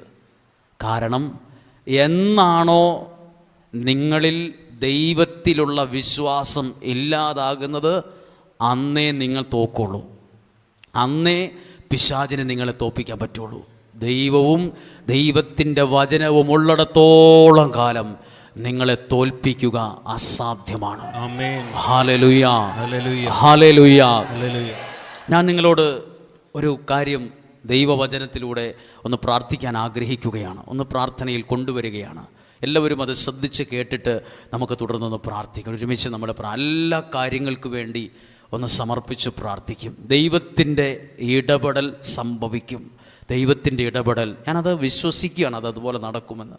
ദൈവത്തിൻ്റെ ഇടപെടൽ അത്ഭുതകരമായി സംഭവിക്കും. ഞാൻ വിശുദ്ധ ഗ്രന്ഥത്തിലെ ഒരു വാക്യം കൂടി ശ്രദ്ധയോടെ കൊണ്ടുവരുന്നത് വിശുദ്ധ ലൂക്കായുടെ സുവിശേഷം 5-ാം അധ്യായം 1 മുതലുള്ള വാക്യങ്ങളാണ്. വിശുദ്ധ ലൂക്കായുടെ സുവിശേഷം 5-ാം അധ്യായം 1 മുതലുള്ള വാക്യങ്ങൾ ഒന്ന് ശ്രദ്ധിക്കുകയാണ്. നമ്മളൊന്ന് വേഗത്തിൽ പ്രാർത്ഥിച്ച് നമുക്കൊന്ന് ശ്രദ്ധിക്കാം ഈ വചനം കൂടി. ദൈവവചനം ശ്രവിക്കാൻ ജനങ്ങൾ അവന് ചുറ്റും തിങ്ങിക്കൂടി. എന്തിനാ തിങ്ങിക്കൂടിയത്? അപ്പം ഇന്ന് മാത്രമല്ല, കഴിഞ്ഞ വർഷം മാത്രമല്ല, 2000 വർഷം മുമ്പ് വാട്സപ്പില്ല, ഫേസ്ബുക്കില്ല, ഫോൺ സംവിധാനങ്ങളില്ല. ഒരാളെ വിളിച്ച് ധ്യാനമുണ്ട് കേട്ടോ, ഇന്ന പുള്ളി അവിടെ വരണുണ്ട് കേട്ടോ, ഇന്ന ആൾക്കാരുണ്ട്, നീ വരണുണ്ടോ, ഞാൻ പോകുന്നുണ്ട്, ഇതൊന്നും പറയാൻ അന്ന് സാഹചര്യമില്ല. അത്രയും ജനസംഖ്യയില്ല. അന്നത്തെ കാലത്തും ദൈവവചനം കേൾക്കാൻ വേണ്ടി ജനങ്ങൾ തിങ്ങിക്കൂടിയെന്നാ. 1, 2, 10 പേരല്ല, ഒരുപാട് പേര് വന്നു കൂടി. അപ്പം നമ്മൾ ചെയ്യുന്നത് പോലെ അന്നും ആളുകൾ ഒരുമിച്ച് കൂടുമായിരുന്നു, വലിയവരും ചെറിയവരും തിങ്ങിക്കൂടി. അപ്പം ഈ തിങ്ങിക്കൂടിയ പ്ലേസ്, സ്ഥലം എഴുതിയിട്ടുണ്ട്. അവൻ ഗനേസറത്ത് തടാകത്തിന്റെ തീരത്ത് നിൽക്കുകയായിരുന്നു. അതാണ് ഈ കൺവെൻഷൻ നടന്ന സ്ഥലം, ഈ ധ്യാനം നടന്ന സ്ഥലം. ഗനേസറത്ത് തടാകത്തിൻ്റെ തീരെന്ന് പറഞ്ഞാൽ മുഴുവൻ മണലാണ്. അവിടെയാണ് നിൽക്കുന്നത്. അവിടെ സ്റ്റേജും പന്തലൊന്നുമില്ല, ഇതുപോലെ സൗണ്ട് സിസ്റ്റവും പാട്ടുകാരും സംവിധാനവും ക്യാമറയും സ്റ്റുഡിയോവും ഒന്നുമില്ല. ജനങ്ങളും മണലും മാത്രമേ ഉള്ളൂ. ഇത്രയും പേര് നീങ്ങി നിൽക്കുമ്പോൾ 2-ാമത്തെ വാക്യം നോക്കിക്കേ. 2 വള്ളങ്ങൾ, 2 വള്ളം എവിടെ കിടക്കുന്നത് കണ്ടു? കരയോടടുത്ത് കിടക്കുന്നത് അവൻ കണ്ടു. ഇതാണ്, ഇത്രയും ജനങ്ങൾ അവിടെ നിന്നിട്ട് ആരെയും കണ്ടില്ല. എന്നതാ കണ്ടത്? 2 വള്ളം അപ്പുറത്ത് കിടക്കുന്നത് കണ്ടു. സന്തോഷമാണോ ദുഃഖമാണോ ഈ 2 വള്ളത്തിനും? ബൈബിൾ വായിച്ചാൽ അറിയാം, 2 വള്ളത്തിൻ്റെ ഉടമസ്ഥരും ഭയങ്കര സങ്കടത്തിൽ. എന്നാ കാരണം? രാത്രി മുഴുവൻ അധ്വാനിച്ചിട്ടും ഒന്നും കിട്ടാതെ നിരാശപ്പെട്ട് വന്ന് കിടക്കുക. 2 വള്ളമല്ല, ആ വള്ളത്തിൽ നിന്ന് ഇറങ്ങിയിട്ട് അതിൻ്റെ ചോട്ടിൽ തന്നെ ഇരുന്ന് വല കുനിഞ്ഞ് ഇങ്ങനെ റെഡിയാക്കിക്കൊണ്ടിരിക്കുക. അപ്പുറത്ത് നിൽക്കുന്ന ദൈവം ആരെയാ കണ്ടേ? ആ വള്ളത്തിൻ്റെ ഇപ്പുറത്ത് കുനിഞ്ഞ് മനസ്സ് വിഷമിച്ചിരിക്കുന്ന 2 പേരെ യേശു കണ്ടു. ആ വാക്യം അങ്ങനെ പെട്ടെന്ന് വായിച്ചു വിടാൻ പറ്റില്ലല്ലോ. ഒന്നും കൂടെ ഒന്ന് വായിച്ചേ. 2-ാമത്തെ വാക്യം. 2 വള്ളങ്ങൾ കരയോടടുത്ത് കിടക്കുന്നത് അവൻ കണ്ടു. അപ്പൊ ദൈവം എന്താ? ദൈവം കാണേണ്ടതിനെ കാണും. നമ്മളൊന്നും പ്രത്യേകിച്ച് ഒന്നും ചെയ്യേണ്ട. അപ്പം നമ്മൾ ചോദിക്കില്ലേ, ഈ മനുഷ്യൻ ഈ സങ്കടമൊക്കെ ആണെങ്കിലും അങ്ങോട്ട് കൂടി അവരോടൊന്ന് വചനപ്രഘോഷം കേട്ടുകൂടായിരുന്നു ഇവിടെ വലയം നെയ്തുകൊണ്ടിരിക്കാതെ? ചിലപ്പോൾ ചിലർ പറയില്ലേ, ഞാൻ ഈ ധ്യാനമൊക്കെ നിർത്തി, എനിക്ക് പ്രാർത്ഥിച്ചിട്ട് എൻ്റെ വിശ്വാസമൊക്കെ പോയി. അങ്ങനെ പറയുന്ന ഒരാളെ പോലും ദൈവം ഉപേക്ഷിക്കില്ല. ചിലർ പറയില്ലേ, ഞാനിതൊക്കെ നിർത്തി, എനിക്ക് എൻ്റെ വിശ്വാസമൊക്കെ പോയി. നിങ്ങൾ വേണേൽ പ്രാർത്ഥിച്ചോ, എനിക്ക് എതിർപ്പൊന്നുമില്ല, എൻ്റെ വിശ്വാസമൊക്കെ പോയി, നിങ്ങൾ പള്ളിയിൽ പോക്കോ, കുർബാനയ്ക്കൊക്കെ പോക്കോ, ഞാനില്ല. അത് മനസ്സ് വിഷമിച്ച് പറയുന്നതാ. ദൈവം അവരെ പോലും ഉപേക്ഷിക്കുകയില്ല. അതാ എഴുതിയിരിക്കുന്നത്. നമ്മൾ ചോദിക്കത്തില്ല, ഇവർ രണ്ടുപേരും ഈ സങ്കടത്തിലൊക്കെ ആ വല അവിടെ വെച്ച് ഒരു 10 മിനിറ്റ് അവിടെ പോയി വചനം കേട്ടുകൂടായിരുന്നോ? പോയില്ല, അവിടെ ഇരുന്നു. അടുത്ത വാക്യം, 3-ാമത്തെ വാക്യം, ഓണർഷിപ്പ് എഴുതിയിട്ടുണ്ട്. ശിമയോന്റേതായിരുന്നു വള്ളങ്ങളിൽ ഒന്ന്. വള്ളം, 2 വള്ളമുണ്ട്. ഒരു വള്ളം ആരുടെയാണ്? ശിമയോന്റേതാണ്. അടുത്ത വാക്യം ശ്രദ്ധിച്ചോ, യേശു അതിൽ കയറി. അങ്ങനെ ആ വാക്ക് മൂന്ന് വാക്കുള്ളൂ. യേശു അതിനകത്തോട്ട് കയറി. ഇനി നിങ്ങൾ കാണണം, ഇതാണ് നമ്മുടെ ജീവിതത്തിൽ നമുക്ക് വേണ്ടത്. നമ്മൾ ഒച്ചയുണ്ടാക്കി, ബഹളം ഉണ്ടാക്കി, 4 പാട്ട് പാടി, ഒരു കൈ അടിച്ചു, അത് കഴിഞ്ഞ് നമ്മൾ വീട്ടിലേക്ക് കാറെടുത്ത് വീട്ടിൽ പോയി ഭക്ഷണം കഴിച്ചു, പോരാ. യേശു ഇങ്ങനെ നടന്ന് നമ്മുടെ ജീവിതത്തിലോട്ടിങ്ങനെ കയറി വരണം. അതൊന്ന് വിശ്വസിച്ചാൽ നടക്കും. യേശു അന്ന് കയറിയത് എത്ര പേര് കണ്ടു കാണും? ജനങ്ങൾ മുഴുവൻ നിൽക്കുക മൈതാനത്ത്. എല്ലാവരും ഇങ്ങനെ നോക്കി നിൽക്കുമ്പം ഒരുത്തൻ്റെ വള്ളത്തിലേക്ക് കയറുന്നത് നാട്ടിലെ മുഴുവൻ ആൾക്കാരും കണ്ടു. ദൈവം ഒരാളുടെ ജീവിതത്തിൽ വന്നാൽ അനുഗ്രഹത്തിൻ്റെ അളവ് കുറയുമോ കൂടുമോ? കൂടും. നിങ്ങളും പ്രാർത്ഥിക്കണം, ദൈവമേ എൻ്റെ ജീവിതത്തിലേക്ക് ഇതുപോലെ ഒന്ന് കയറി വരണം. ഇതുപോലെ കയറി വന്നൊരു വീടുണ്ട്. ഏതാ? സക്കേവൂസിൻ്റെ വീട്ടിൽ യേശു കയറി ചെന്നു. ആ വീട് ഇന്നും നമ്മൾ ഓർക്കുക. ആ വീട്ടുകാരെ നമുക്കിന്നും അറിയാം. സക്കേവൂസ് എന്ന കുടുംബനാഥനെയും മക്കളെയും ഭാര്യയും ഒക്കെയുള്ള ഒരു കുടുംബത്തെ നമുക്കിന്നറിയാം. എന്തുകൊണ്ട് ആ കുടുംബത്തെ ഇന്ന് ഓർക്കാൻ കാരണം? ദൈവം അതിൽ കയറി ചെന്നത് കൊണ്ടാണ്. ദൈവത്തിൻ്റെ അനുഗ്രഹം ജീവിതത്തിൽ കയറി വരും. കയറി ചെന്നു. അടുത്ത വാക്യം, യേശു അതിൽ കയറി. ആ വള്ളത്തിൽ കയറി.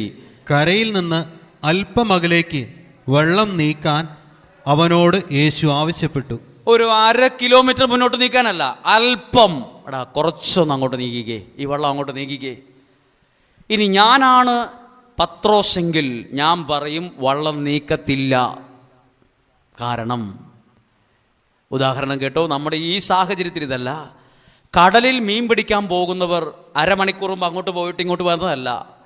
നാളെ മീനുമായിട്ട് വരുന്നവർ തലേ ദിവസം ഫ്ലാസ്കിനകത്ത് കട്ടൻ കാപ്പിയും അനത്തി ചോറും വെച്ച് ഗ്യാസ് കുറ്റിയുമായി ഭക്ഷണവുമായിട്ട് ഇന്നലെ രാത്രി 7 മണിക്ക് വള്ളവും തള്ളി പോയതാണ്. അവരുടെ വീട്ടിലെ വീട്ടുകാരെ വിളിച്ചു ചോദിച്ചു വരും, ചേട്ടൻ എന്തിയേ? ചേട്ടൻ 7 മണിയായപ്പം പോയി. എപ്പോൾ വരും? 9 മണിയാകുമ്പോൾ വരുമോ? ഇല്ല, നാളെ ഒരു 10 മണിയാകുമ്പോഴത്തേക്ക് വരുവുള്ളൂ. നമ്മളെല്ലാം സുഖമായി കിടന്നുറങ്ങുമ്പോഴും ഉൾക്കടലിൽ പോയി വലയും പെട്രോമാക്സും കത്തിച്ചു പിടിച്ച് ഈ വള്ളത്തിനകത്ത് വലയെറിഞ്ഞ് മീൻ പിടിക്കും. അങ്ങനെ രാത്രി മുഴുവൻ ഒരുപോലെ കണ്ണടയ്ക്കാതെ പോയിട്ട് വന്ന് കിടക്കുന്നതാണ്. ആര് വന്നാലും ഇനി ഈ വണ്ടി സ്റ്റാർട്ടാക്കത്തില്ല എന്ന് ഞാൻ പറയുള്ളൂ. പത്രോശ്രീയുടെ ഒരു നല്ല മനസ്സ്. മടുത്താ വന്നേലും ഒന്നും തിരിച്ചു പറഞ്ഞില്ല. പറഞ്ഞോ, ഞാൻ ഇന്നലെ രാത്രി മുഴുവൻ പോയിട്ട് ഒരുപോലെ കണ്ണടച്ചിട്ടില്ല സുഹൃത്തെ. എങ്ങോട്ട് പോകാൻ? അത് അപ്പുറത്ത് പോയി അവിടെ വേറെ വള്ളം ഉണ്ടാവും, അവിടെ ടൂറിസ്റ്റുകാരുടെ വള്ളം ഉണ്ട്, എങ്ങോട്ടേലും പോണേ, അതിന് പോക്കോ, ഇതിന് പോകാൻ പറ്റത്തില്ല. ഇന്നലെ വന്നേച്ച് മടുത്തിരിക്കുക. ഇവിടെ കാലും കൈയും കടഞ്ഞിട്ട് വയ്യ, ഉറക്കം വന്നിട്ട് വയ്യ, ഒരു ഭക്ഷണം കഴിച്ചിട്ടില്ല, ഒന്നും പറഞ്ഞില്ല. പുള്ളി വെൽക്കം ചെയ്തു. ഓക്കെ, അന്നേരം കയറി ആ പണി അവിടെ നിർത്തിയിട്ട് യേശുവിനെ ആ വള്ളത്തിലേക്ക് സ്വീകരിച്ചു. 2 കുഞ്ഞു കാര്യം അതിന് നടന്നിട്ടുണ്ട്. യേശു വരുമ്പോൾ നിങ്ങളും പ്രാർത്ഥിക്കേണ്ട, ദൈവം എൻ്റെ ജീവിതത്തിലേക്ക് വരണം. ഞാൻ മടുത്തായിരിക്കുന്നത്. നഷ്ടവും കടവും പ്രശ്നവും രോഗവും എല്ലാം എനിക്ക് പ്രശ്നമാണ്. എൻ്റെ ജീവിതത്തിലേക്ക് വരണമേ. അല്പം നീക്കാൻ ആവശ്യപ്പെട്ടു. എന്നിട്ട് അടുത്തത്, അതിലിരുന്ന് അവൻ ജനങ്ങളെ പഠിപ്പിച്ചു. അടുത്ത വാക്യം, 4-ാമത്തെ വാക്യം, സംസാരിച്ചു കഴിഞ്ഞപ്പോൾ അവൻ ശിമയോനോട് പറഞ്ഞു, ആഴത്തിലേക്ക് നീക്കി മീൻ പിടിക്കാൻ വലയിറക്കുക. അപ്പോൾ ശിമയോൻ പത്രോസ് പറയും, ആഴത്തിലേക്ക് നീക്കാൻ കർത്താവേ, നിനക്ക് എക്സ്പീരിയൻസ് കുറവാണ്, ഇവിടെ മീൻ കിട്ടത്തില്ല, ഇത് കടൽ തീരമാണ്, മീൻ പിടിക്കണമെങ്കിൽ ഇത്ര കിലോമീറ്റർ അപ്പുറത്തേക്ക് പോയിട്ട് വേണം ആഴത്തിലേക്ക് നീക്കി വലയിടാൻ. അറിവില്ലായ്മ കൊണ്ട് പറഞ്ഞതായിരിക്കും. ഞാനാണ് ശിമയോൻ പത്രോസിൻ്റെ സ്ഥാനത്തേക്ക് ഞാൻ യേശുവോട് പറയും, ഇവിടെ മീനില്ല. നിങ്ങൾ കണ്ടിട്ടില്ലേ കടലിൽ പോകുമ്പോൾ മീൻ പിടിക്കാൻ പോകുന്നത് ഇച്ചിരി മാറി അവിടെയല്ല, പിന്നെ എവിടെയാ? നമ്മളിങ്ങനെ അങ്ങ് പോകുമ്പം അങ്ങ് പോകുക, ഒരുപാട് ദൂരത്ത് പോയിട്ടാണ് മീൻ പിടിക്കണത്. അല്ലാണ്ട് കരയിൽ നിന്ന് ആ വല എറിയുന്നതൊന്നും നമ്മൾ കണ്ടിട്ടില്ല. മീൻ പിടിക്കുന്ന ആൾക്കാരോട് ചോദിക്കാം, പിന്നെന്താ ശിമയോൻ പത്രോസ് പറഞ്ഞില്ല ഇവിടെ മീനൊന്നുമില്ല, അങ്ങ് ഉള്ളിലേ മീനുള്ളൂ. അങ്ങ് ഉള്ളിലാ മീൻ ഉള്ളേലും ദൈവത്തിൻ്റെ വാക്കിൽ നീ അധ്വാനിച്ചാൽ അവിടെ കിട്ടാത്തത് ഇവിടെ കിട്ടും.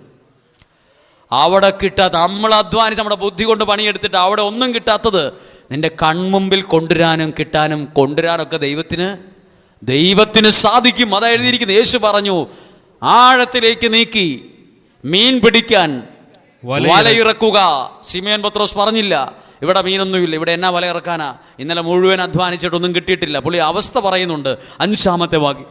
ശിമയോൻ പറഞ്ഞു, ഗുരു രാത്രി മുഴുവൻ അധ്വാനിച്ചിട്ട്, രാത്രി മുഴുവൻ ഒരുപോലെ കണ്ണടച്ചിട്ടില്ല. രാത്രി മുഴുവൻ, ഇന്നലെ പോയതാ, അല്പം കട്ടൻ കാപ്പിയായിട്ട് ഇന്നലെ പോയതാണ്, ഒന്നും കിട്ടിയിട്ട് രാത്രി മുഴുവൻ അധ്വാനിച്ചിട്ടും ഞങ്ങൾക്കൊന്നും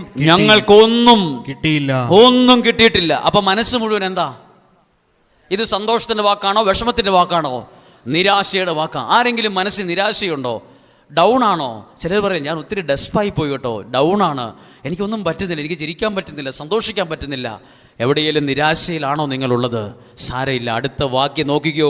ശിമയോൻ പത്രോസും നിരാശയിലാണെങ്കിലും അടുത്ത വാക്യം ഒന്ന് വായിക്കുകയാണ്. എങ്കിലും ആ വാക്ക് നിസ്സാരമായ വാക്കല്ല, ഒരു ജീവിതത്തിനോളം ആഴമുള്ള വാക്കാണ്. എന്ത്? എങ്കിലും എനിക്ക് പ്രശ്നമുണ്ട്, പ്രതിസന്ധിയുണ്ട്, രാത്രി മുഴുവൻ അധ്വാനിച്ചിട്ട് ഒന്നും കിട്ടിയിട്ടില്ല. എങ്കിലും അടുത്ത വാക്യം, നീ പറഞ്ഞതനുസരിച്ച് ഞാൻ വലയിറക്കാം. അവിടെ ഏത് വാക്കിനാ വില കൊടുത്തത്? ശ്രദ്ധിച്ചോ? പത്രോസ്ലിഹ പറയാണ്, നിന്റെ വാക്ക് ഞാൻ ഈ വള്ളത്തിൽ ഇരുന്നോണ്ട് അനുസരിക്കും. ഹല്ലേലൂയ. ദൈവത്തിന്റെ വാക്കനുസരിക്കുന്നവരുടെ ജീവിതം ഓരോ ദിവസവും അനുഗ്രഹിക്കപ്പെട്ടുകൊണ്ടിരിക്കും. ഹല്ലേലൂയ. ഒരു കരം ഉയർത്തി തുറന്ന് പറഞ്ഞേ ഹല്ലേലൂയ. ശിമയോൻ പത്രോസ് ഒരു വലിയ കാര്യം പറഞ്ഞു. എൻ്റെ ബുദ്ധിയിൽ നിന്ന് നോക്കിയിട്ടൊന്നും കിട്ടിയിട്ടില്ല. ഇതാണ് ശിമയോൻ പത്രോസിന്റെ വിജയ രഹസ്യം. നിന്റെ വാക്ക് ഞാൻ അനുസരിച്ച് വലയിറക്കും. 6-ാമത്തെ വാക്യം. വലയിറക്കിയപ്പോൾ വളരെയേറെ മത്സ്യങ്ങൾ അവർക്ക് കിട്ടി. അഡ്ജക്റ്റീവാണ്. കുറച്ച് മത്സ്യങ്ങളെ കിട്ടി, വറക്കാനും ഒരു കറി വെക്കാനുള്ളത് കിട്ടിയെന്നല്ല, വളരെയേറെ മത്സ്യങ്ങളെ കിട്ടി. അങ്ങ് അപ്പുറത്ത് കിലോമീറ്റർ അപ്പുറത്ത് പോയി രാത്രി മുഴുവൻ അധ്വാനിച്ചിട്ട് കിട്ടാത്തത് ഇപ്പൊ എവിടെ കിട്ടി? കരയോട് അടുത്ത സ്ഥലത്ത് വെച്ച് കിട്ടി. അത് ദൈവത്തിന്റെ പ്രവൃത്തിയാണ്. ആഴക്കടലിൽ കിട്ടാത്തത് കരയിൽ കിട്ടി. അടുത്ത വാക്യം. അവരുടെ വല കീറി തുടങ്ങി. അവിടെ ശ്രദ്ധിക്കണം, അതൊരു അപകടമല്ലേ? ഇത്രയും മീൻ കിട്ടി, പക്ഷെ എന്ത് സംഭവിച്ചു? ആ വലയിൽ എന്ത് സംഭവിച്ചു? കീറിയാൽ എന്ത് സംഭവിക്കും? അകത്ത് കിടക്കുന്ന മീൻ ഏതിലേലും പുറത്തു പോകാനാണ് നോക്കിക്കൊണ്ടിരിക്കുന്നത്. ഒരു ചെറിയ ഗ്യാപ്പ് ഉണ്ടായാൽ തന്നെ പിടയ്ക്കുന്ന മീൻ ചാടിപ്പോവും. പക്ഷെ ഒന്നും പുറത്തു പോയോന്ന് നോക്കിയാൽ 10-50 മീൻ പോയി, കുറച്ച് മീൻ കിട്ടിയെന്നാണോ എഴുതി? നോക്കിക്കേ, അതിനകത്തൊരു കാര്യം ശ്രദ്ധിക്കണം കേട്ടോ. വല കീറി തുടങ്ങിയാലും ഒരെണ്ണം പുറത്തു പോയില്ല. അവിടെ ഒരു കുഞ്ഞു കാര്യം മനസ്സിൽ പറഞ്ഞ് പതിപ്പിച്ചോ. ദൈവം തന്നതാണെങ്കിൽ ഒരെണ്ണം നഷ്ടപ്പെട്ടു പോകില്ല. ആമേൻ. ഹല്ലേലൂയ. ഇത് ശ്രദ്ധിച്ചു. ഇത് മീൻ്റെ കാര്യമല്ല, എല്ലാ കാര്യമാണ്. ദൈവം തന്ന ശുശ്രൂഷയാ. ചില കീറലൊക്കെ വരും. ദൈവം എനിക്കന്ന് കുടുംബജീവിതമാണ്. ഇന്നിച്ചിരി വിഷമവും വാക്ക് തർക്കവും പിണക്കവും ഒക്കെ ഉണ്ട്. ചില കീറലൊക്കെ വരും. പക്ഷേ ദൈവം തന്ന കുടുംബമാണോ? നഷ്ടപ്പെടുകയില്ല. ദൈവം തന്ന മക്കളാ. ഇപ്പോൾ ആകെ ഒരു ഉഴപ്പുണ്ട്, സ്വഭാവത്തിൽ എന്തൊക്കെയോ മാറ്റമുണ്ട്, ഇച്ചിരി കീറിയതുപോലൊക്കെ തോന്നും. നഷ്ടപ്പെട്ടു പോവില്ല. ദൈവമാണോ നിനക്ക് തന്നത്? ദൈവത്തിൻ്റെ വാക്കിൽ വലയിറക്കിയപ്പോഴാണോ വന്ന് കയറിയത്? ഒന്നും നഷ്ടമാകില്ല. ആമേൻ. ഇനി ഏതെങ്കിലും നിങ്ങൾ ആഗ്രഹിച്ച് ഇറുക്കി പിടിച്ചിട്ട് നഷ്ടമായോ, അത് ദൈവം നിനക്ക് തന്നതല്ല. ഞാൻ ഒത്തിരി സ്നേഹിച്ചിരുന്നു ആളെ, എനിക്ക് നഷ്ടപ്പെട്ടു പോയി. ആഗ്രഹിച്ചിരുന്നു ജീവിതത്തിലുണ്ടായിരുന്നെങ്കിൽ എന്ന്, കിട്ടിയില്ല. നിനക്കുള്ളതല്ലാത്തോണ്ടാ നിനക്കത് കിട്ടാഞ്ഞ്. നിനക്കുള്ളതാണെങ്കിൽ കറങ്ങി നിൻ്റെ വരും, നഷ്ടപ്പെടുകയില്ല. ദൈവം തന്നത് നഷ്ടമാകില്ല. അടുത്ത വാക്യം ഭയങ്കര അർത്ഥമുള്ളൊരു വാക്കാണ്. അവർ മറ്റേ വള്ളത്തിലുണ്ടായിരുന്ന കൂട്ടുകാരെ ആംഗ്യം കാണിച്ച് സഹായത്തിന് വിളിച്ചു. ഞാനാണെ വിളിക്കത്തില്ല, ഞാനാണെങ്കിൽ വിളിക്കില്ല.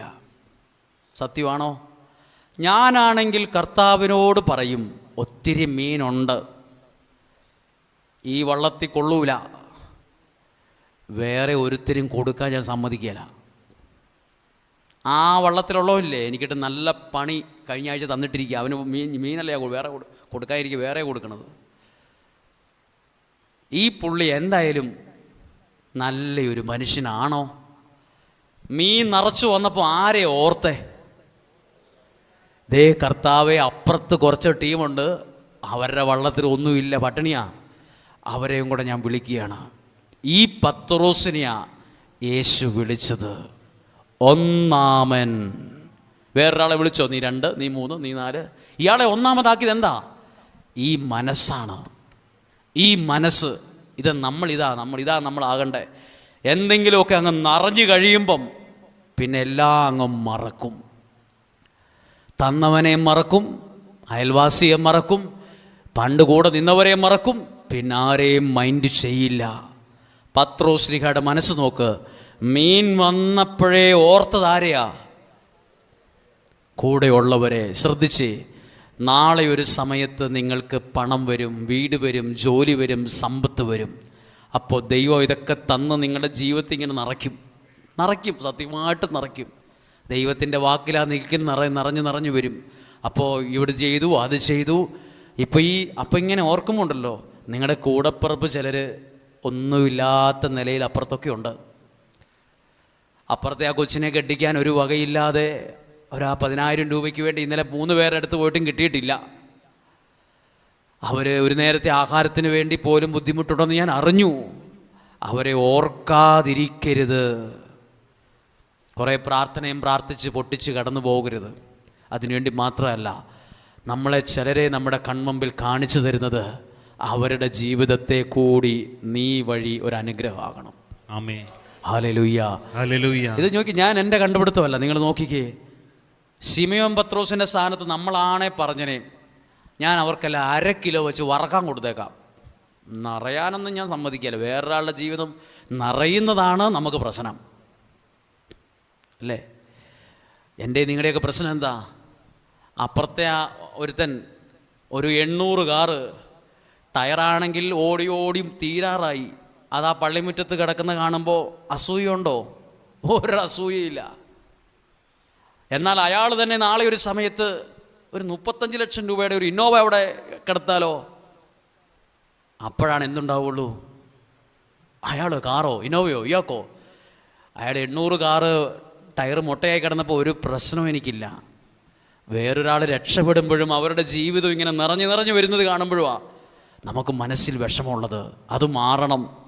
നോക്കൂ, എഴുതിയിട്ടുള്ളത്, അവൻ മറ്റേ വള്ളത്തിൽ ഉണ്ടായിരുന്ന കൂട്ടുകാരെ ആംഗ്യം കാണിച്ച് സഹായത്തിന് വിളിച്ചു. എന്നിട്ട് 1/2 കിലോയാണോ 1 കിലോയാണോ 2 കിലോ മത്സ്യമാണോ കൊടുത്തേ? നോക്കിക്കേ.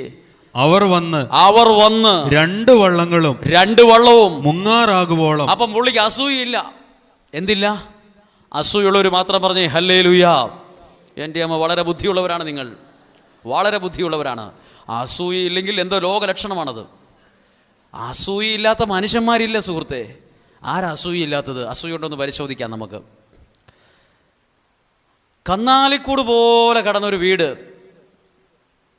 ആകെ ആ വീട്ടിലെ ഒരു കൊച്ച് എങ്ങനെയോ പഠിച്ച് പാസ്സായി മിടുക്കരായി കാനഡയ്ക്ക് പോയി. ഉദാഹരണമാണ്. അവിടെ പഠിച്ച് ജോലിയായി കഴിഞ്ഞപ്പോൾ കുറച്ച് പൈസയൊക്കെ ആയി വീട്ടിലേക്ക് വിളിച്ചു പറഞ്ഞു, അമ്മ നമ്മുടെ വീടൊന്നുമില്ലല്ലോ, നല്ലൊരു വീട് പണിയണം. അങ്ങനെ അവർ ആ സ്ഥലത്ത് JCB വിളിച്ച് വാനമൊക്കെ നല്ലപോലെ മണ്ണൊക്കെ മാറ്റി ഒരു 10,000-2,500 രൂപയുടെ സ്ക്വയർ ഫീറ്റിന് വീട് പണിയാൻ പോവുകയാണിന്ന്. അപ്പോൾ ഇപ്പുറത്തുള്ള ആ ആളോട് തോന്നുന്ന വികാരത്തിൻ്റെ പേരാണെന്ത്? അതെത്ര പേർക്കുണ്ട്? മിക്കവർക്കും കാണും, ഉണ്ടാവും. അതിൻ്റെ ഏറ്റക്കുറച്ചിലുണ്ട്. ആരോടെ അസൂയുള്ളൂ? പച്ചക്കറിക്കടക്കാരനോട്, ജ്വല്ലറിക്കാരനോട് അസൂയയില്ല. ധ്യാനഗുരുവിനോടാണ് അസൂയ. അച്ഛനോടാണ് അസൂയ. സിസ്റ്ററിനോടാണ് അസൂയ. പച്ചക്കറിക്കടക്കാരനോടാണ് അസൂയ. ശുശ്രൂഷകനോടാണ് അസൂയ. ജ്വല്ലറിക്കാരനോടാണ് അസൂയ. പാട്ടുകാർക്കാണ് അസൂയ. അതേ ഫീൽഡിൽ നിൽക്കുന്നവനെ അസൂയുള്ളൂ. ആണോ? ഞാൻ പച്ചക്കറിക്കടക്കാരനാ, വെറും പച്ചക്കറി വിൽക്കുകയാണ്. ഞാൻ എപ്പോഴും നോക്കുന്നത് അപ്പുറത്തെ ജ്വല്ലറിയിൽ എത്ര വണ്ടി വന്നു, എത്ര കിലോ സ്വർണം മേടിച്ചുകൊണ്ട് പോയി എന്നല്ല, എനിക്കത് വിഷയമല്ല. അപ്പുറത്തെ പച്ചക്കറിക്കടക്കാരൻ്റെ കടയിൽ ആൾ വന്നോന്നാണ് ഞാൻ നോക്കിക്കൊണ്ടിരിക്കുന്നത്. ഞാൻ എപ്പോഴും നോക്കുന്നത് അയാളുടെ കടയിൽ ആരൊക്കെയുണ്ട്. അയാളുടെ കടയിൽ 2 വണ്ടി വന്ന് സാധനം മേടിക്കുന്നുണ്ട്. ഇന്നലെ എൻ്റെ കടയിൽ നിന്ന് മേടിച്ചു, ഇത് അവിടെ നിന്ന് മേടിക്കുന്നു. കൊള്ളാമല്ലോ, അവൻ്റെ പണി കൊടുക്കണമല്ലോ, ഞാൻ ചിന്തിക്കുകയാണ്. ആർക്കെതിരെയാണ് കൂടോത്രം ചെയ്യുന്നത്? കൂടോത്രം ഉണ്ടോ? കൂടോത്രം മന്ത്രവാദം ഉണ്ടോ? അയ്യോ ഉണ്ട്, എല്ലാം ഉണ്ട്. ആർക്കെതിരെ ചെയ്യും? പച്ചക്കറിക്കടക്കാരൻ ദിവസം 6,000 രൂപ വിറ്റ് വരുമാനമുള്ളവൻ ഒരിക്കലും മന്ത്രവാദിയുടെ അടുത്ത് ചെന്ന് പറയില്ല, സുഹൃത്തെ എനിക്കൊരു ഉപകാരം ചെയ്യണം. അപ്പുറത്തുള്ള ജ്വല്ലറിക്കാരനെതിരെ എനിക്കൊരു 1,500 രൂപയുടെ കൂടോത്രം ചെയ്യണം എന്ന് പറയില്ല. പിന്നെ ആരടുത്ത് പോകും? പച്ചക്കറിക്കടക്കാരനായ ഞാൻ മന്ത്രവാദിയുടെ അടുത്ത് പോകും. എനിക്ക് ഒരു 2,000 രൂപയ്ക്ക് ഒരു ചിലവ് വരുന്ന രീതിയിൽ അപ്പുറത്തെ ആ പച്ചക്കറിക്കടക്കാരന് ഒരു സാധനം അങ്ങ് ചെയ്തു വിടണം. അയാളുടെ ഫോട്ടോയും കൊണ്ടുപോവാ. അയാളുടെ കടയുടെ ഒരു പിക്ചറും വരച്ചോണ്ടെന്ന് വന്നേ. അയാൾ പടവും വരച്ച് ഫോട്ടോയുമായിട്ട് കൊണ്ടു കൊടുക്കും. അയാൾ ഏതാണ്ടൊക്കെയോ ചെയ്യും, അത് അവിടെ കൊള്ളും. പച്ചക്കറിക്കടക്കാരനെ ചെയ്യുള്ളൂ. പലചരക്കാരൻ്റെ ശത്രു പലചരക്കടക്കാരനാണ്. ധ്യാനിപ്പിക്കുന്നവൻ്റെ ശത്രു ആരാണ്? അപ്പുറത്ത് ധ്യാനിപ്പിക്കുന്നവനാളാണ്. പാട്ടുകാരൻ്റെ ശത്രു ആരാണ്? വേറെ പാട്ടുകാരനാണ്. ശുശ്രൂഷകൻ്റെ ശത്രുവോ വേറെ ശുശ്രൂഷകനാണ്. ധ്യാനകേന്ദ്രത്തിൻ്റെ ശത്രുവോ മറ്റ് ധ്യാനകേന്ദ്രമാണ്. എല്ലാവർക്കും അവനവൻ്റെ ഫീൽഡിലുള്ളവരാണ് ശത്രുക്കൾ. അങ്ങനെയാണെങ്കിൽ ഈ പത്രോസ്ലീഹായ്ക്ക് എന്തില്ല? എൻ്റെ വള്ളം നിറഞ്ഞ പോലെ തന്നെ ആ വള്ളവും പുള്ളി നിറച്ചു. അതാണ് മനസ്സ്. ആ പത്രോസിനെയാ യേശു വിളിച്ചത് ഒന്നാമൻ പത്രോസ്. ഒന്നാമനാക്കിയത് മനസ്സാണ്. പറഞ്ഞേ ഹല്ലേലൂയ. ഉറക്കെ പറഞ്ഞേ ഹല്ലേലൂയ. അടുത്ത വാക്യം, 8ാമത്തെ വാക്യം. ശിമയോൻ പത്രോസ് ഇത് കണ്ടപ്പോൾ ഏത് കണ്ടപ്പോൾ? അയ്യോ പറയരുത്. ഇത് കണ്ടപ്പോൾ എന്ന് പറഞ്ഞാൽ എന്തായിരിക്കും പുള്ളി കണ്ടത്? അതല്ല, ഈ 1/2 മണിക്കൂർ മുമ്പ് വരെ ഈ വള്ളത്തിനകത്തൊരു മീൻ കുഞ്ഞു പോലും ഇല്ലായിരുന്നു. ഇപ്പൊ നിറച്ചു മീൻ. ഇത് കണ്ടപ്പോൾ ഇന്നലെ വരെ ഇല്ലാതിരുന്ന സാഹചര്യം വള്ളത്തിൽ നിന്ന് പിടയ്ക്കുന്ന മീനായി നിറഞ്ഞു കിടക്കുന്നത് കണ്ടപ്പോൾ, ഇതൊക്കെ നിങ്ങൾ കാണും കേട്ടോ. ഇത് കണ്ടപ്പോൾ എൻ്റെ കഴിവാ, ഞാൻ വലയെറിഞ്ഞതിൻ്റെയാ നല്ല പറഞ്ഞത്. ഇത് കണ്ടപ്പോൾ പത്രോസ്ലീഹ എന്നാ പറഞ്ഞത്? യേശുവിൻ്റെ കാൽക്കൽ വീണ്, കർത്താവേ എന്നിൽ നിന്ന് അകന്നു പോകണമേ, ഞാൻ പാപിയാണ് എന്ന് പറഞ്ഞു. ശ്രദ്ധിച്ചോ? ഞാനാണ് ഈ സ്ഥാനത്ത് നിൽക്കുന്നെങ്കിൽ ഇത്രയും മീൻ കാണുമ്പോൾ ഞാൻ മാർക്കറ്റിലേക്കായിരിക്കും ഓടുന്നത്. ഞാനിപ്പോൾ ചിന്തിക്കും, ഇത് കൊണ്ടുപോയി മാർക്കറ്റ് വിറ്റിട്ട് വേണം ആ ചിട്ടിക്കുള്ള പൈസ അടയ്ക്കണം, ആ ഒരു പൈസ ഇങ്ങോട്ട് കൊടുക്കാനുള്ളത് കൊടുക്കണം, പിന്നെ വെപ്രാള 10 കാശ് വരുമ്പോഴാണ് എന്തുണ്ടാകുന്നത്? പത്രോസ്ലീഹ മുണ്ടും കയറ്റി കുത്തി മാർക്കറ്റിലേക്ക് ഓടി എന്നാണോ എഴുതിയിരിക്കുന്നത്? നോക്കിക്കേ. ശിമയോൻ പത്രോസ് മീൻ കണ്ടപ്പോൾ, വള്ളം നിറച്ചു മീൻ കണ്ടപ്പോൾ, മാർക്കറ്റിന് എന്നാ ഉണ്ട് വില, എന്നതിന് ലേലത്തിന് വെക്കണം, മാർക്കറ്റിലേക്കല്ല ഓടിയത്, തന്നവന്റെ കാലേൽ കമിഴ്ന്നു വീണു. ദൈവം നിങ്ങളെ അനുഗ്രഹിക്കുമ്പോൾ, പണം ജീവിതത്തിൽ വരുമ്പോൾ പണത്തിന്റെ ഒപ്പം ഉരുളരുത്. അത് നൽകിയ ദൈവത്തെ മറക്കരുത്. പണം വരുമ്പോൾ ദൈവത്തെ മറന്ന അനേകരുണ്ട്. പറഞ്ഞേ ഹല്ലേലൂയ. നിങ്ങൾ ശ്രദ്ധിക്കൂ, നമ്മൾ നാളെ നിങ്ങളുടെ മക്കളോട് പറയണം കേട്ടോ, ഇത് വായിച്ചിട്ട് 10 കാശും ചില സൗന്ദര്യവും ഏതെങ്കിലും ഒരു രാജ്യത്ത് PR-ഉം അവിടെ 1-2 വീടും ഇഷ്ടംപോലെ വണ്ടിയും ഇവിടെ സ്ഥലം അവിടെയും വീടൊക്കെ വരുമ്പം പലരും ദൈവത്തെ മഷിയിട്ട് നോക്കിയാൽ പോലും ഒരാളെ പള്ളി കാണിയല്ല. പത്രോസ്ലീഹയുടെ ഒരു മാതൃകയാണ്. ദൈവത്തിൻ്റെ കാലേൽ കമിഴ്ന്നു വീണു. തന്നവനെ മറക്കാത്തൊരു പത്രോസ്. ഹല്ലേലൂയ. ഇത് നിങ്ങളുടെ ജീവിതത്തിലും ഇത് വലിയൊരു അനുഗ്രഹമായി മാറും. തന്നവനെ മറക്കരുത്. എൻ്റെ കൊച്ചിന് നല്ല മാർക്ക് കിട്ടി, ദൈവമാ തന്നത്. ആണോ അല്ലയോ? +2 കഴിഞ്ഞ കുറച്ച് വർഷങ്ങൾക്ക് മുമ്പ് അധ്യാപകൻ്റെയും ഭാര്യയും ഭർത്താവും അധ്യാപകരാണ്. ഭയങ്കര അഭിമാനമായിരുന്നു അവർക്ക്. കൊച്ചിന് അവിടെ ഫസ്റ്റ്, ആ പ്രസംഗ മത്സരത്തിൽ ഫസ്റ്റ്, ഒരു വലിയ അലമാരിക്കകത്ത് നിറച്ച് സ്കൂളിൽ നിന്ന് കിട്ടിയ സമ്മാനങ്ങളും എല്ലാം വലിയ ട്രോഫികളൊക്കെ വച്ചിരിക്കുക. എല്ലാവരും പറയുന്നു കൊച്ച് ഡോക്ടറാകും, കൊച്ച് എഞ്ചിനീയറാകും. ഭയങ്കര സ്വപ്നങ്ങളായിരുന്നു. +2 പരീക്ഷയ്ക്ക് ഒരുങ്ങുന്നതിന് കുറച്ച് ദിവസം മുമ്പ് ഈ കൊച്ച് സൈക്കോളജിക്കലി ഡൗൺ ആയിപ്പോയി എന്ന് പറഞ്ഞാൽ ഓഫായിപ്പോയി ആൾ. എന്ന് പറഞ്ഞാൽ കൊച്ച് മുറി ഇന്ന് പുറത്തിറങ്ങിയല്ല. അവസാനം പിടിച്ചു വലിച്ച് മുറിയുടെ പുറത്ത് ഒരു കൈ തുറക്കുകയല്ല, കൈ ഇങ്ങനെ അമർത്തി ഇങ്ങനെ പിടിച്ച് കൈ തുറക്കുകയല്ല, ഒന്നും മിണ്ടിയല്ല. ടെൻഷൻ കയറിയിട്ട് കൊച്ച് ഓഫായിപ്പോയി.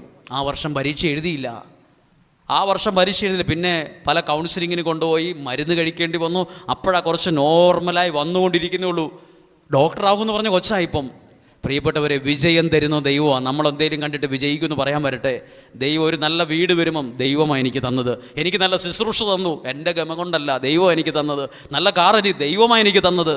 10 മിനിറ്റ് ഒരാളെ കിട്ടിയാൽ അത് പറയണം കേട്ടോ. 10 മിനിറ്റ് ഒരാളോട് മിണ്ടിയാൽ അതിനകത്ത് ഒരു വാക്കേലും പറയണം, ദൈവം തന്നതായത്, ദൈവം എനിക്ക് തന്നത്. ദൈവം തന്ന കുടുംബമാണ്, ദൈവം തന്ന മക്കളാ, ദൈവം തന്ന ജീവിതമാ, ദൈവം തന്ന ശുശ്രൂഷയാ, ദൈവം തന്ന അംഗീകാരമാ. ദൈവമാ എല്ലാം തരുന്നത്. എല്ലാ മഹത്വവും ദൈവത്തിന് കൊടുക്കണം. ഒരുമിച്ച് പ്രാർത്ഥിക്കണം. ഹല്ലേലൂയ. ചേർന്ന് പറഞ്ഞേ ഹല്ലേലൂയ, ഹല്ലേലൂയ. ശ്രദ്ധിച്ച്, നമ്മൾ ഇന്ന് കേട്ട വചനങ്ങളെല്ലാം ഒന്ന് മനസ്സിലേക്ക് കൊണ്ടുവരികയാണ്. കുറച്ച് മണിക്കൂർ സമയം നമ്മൾ കേട്ടു.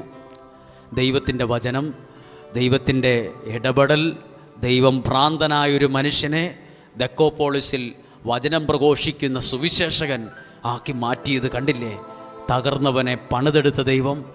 എല്ലാം ഒന്നുമില്ലാതിരുന്നപ്പോഴും ദൈവം ആ ജീവിതത്തിലേക്ക് കയറി വന്നപ്പം മത്സ്യങ്ങളെ കൊണ്ട് ആ വള്ളം നിറഞ്ഞത്. ഇതുപോലെ ജീവിതവും നിറയും, ഇതുപോലെ സാഹചര്യങ്ങളും മാറും. നമുക്ക് ഒരുമിച്ചൊന്ന് പ്രാർത്ഥിക്കണം.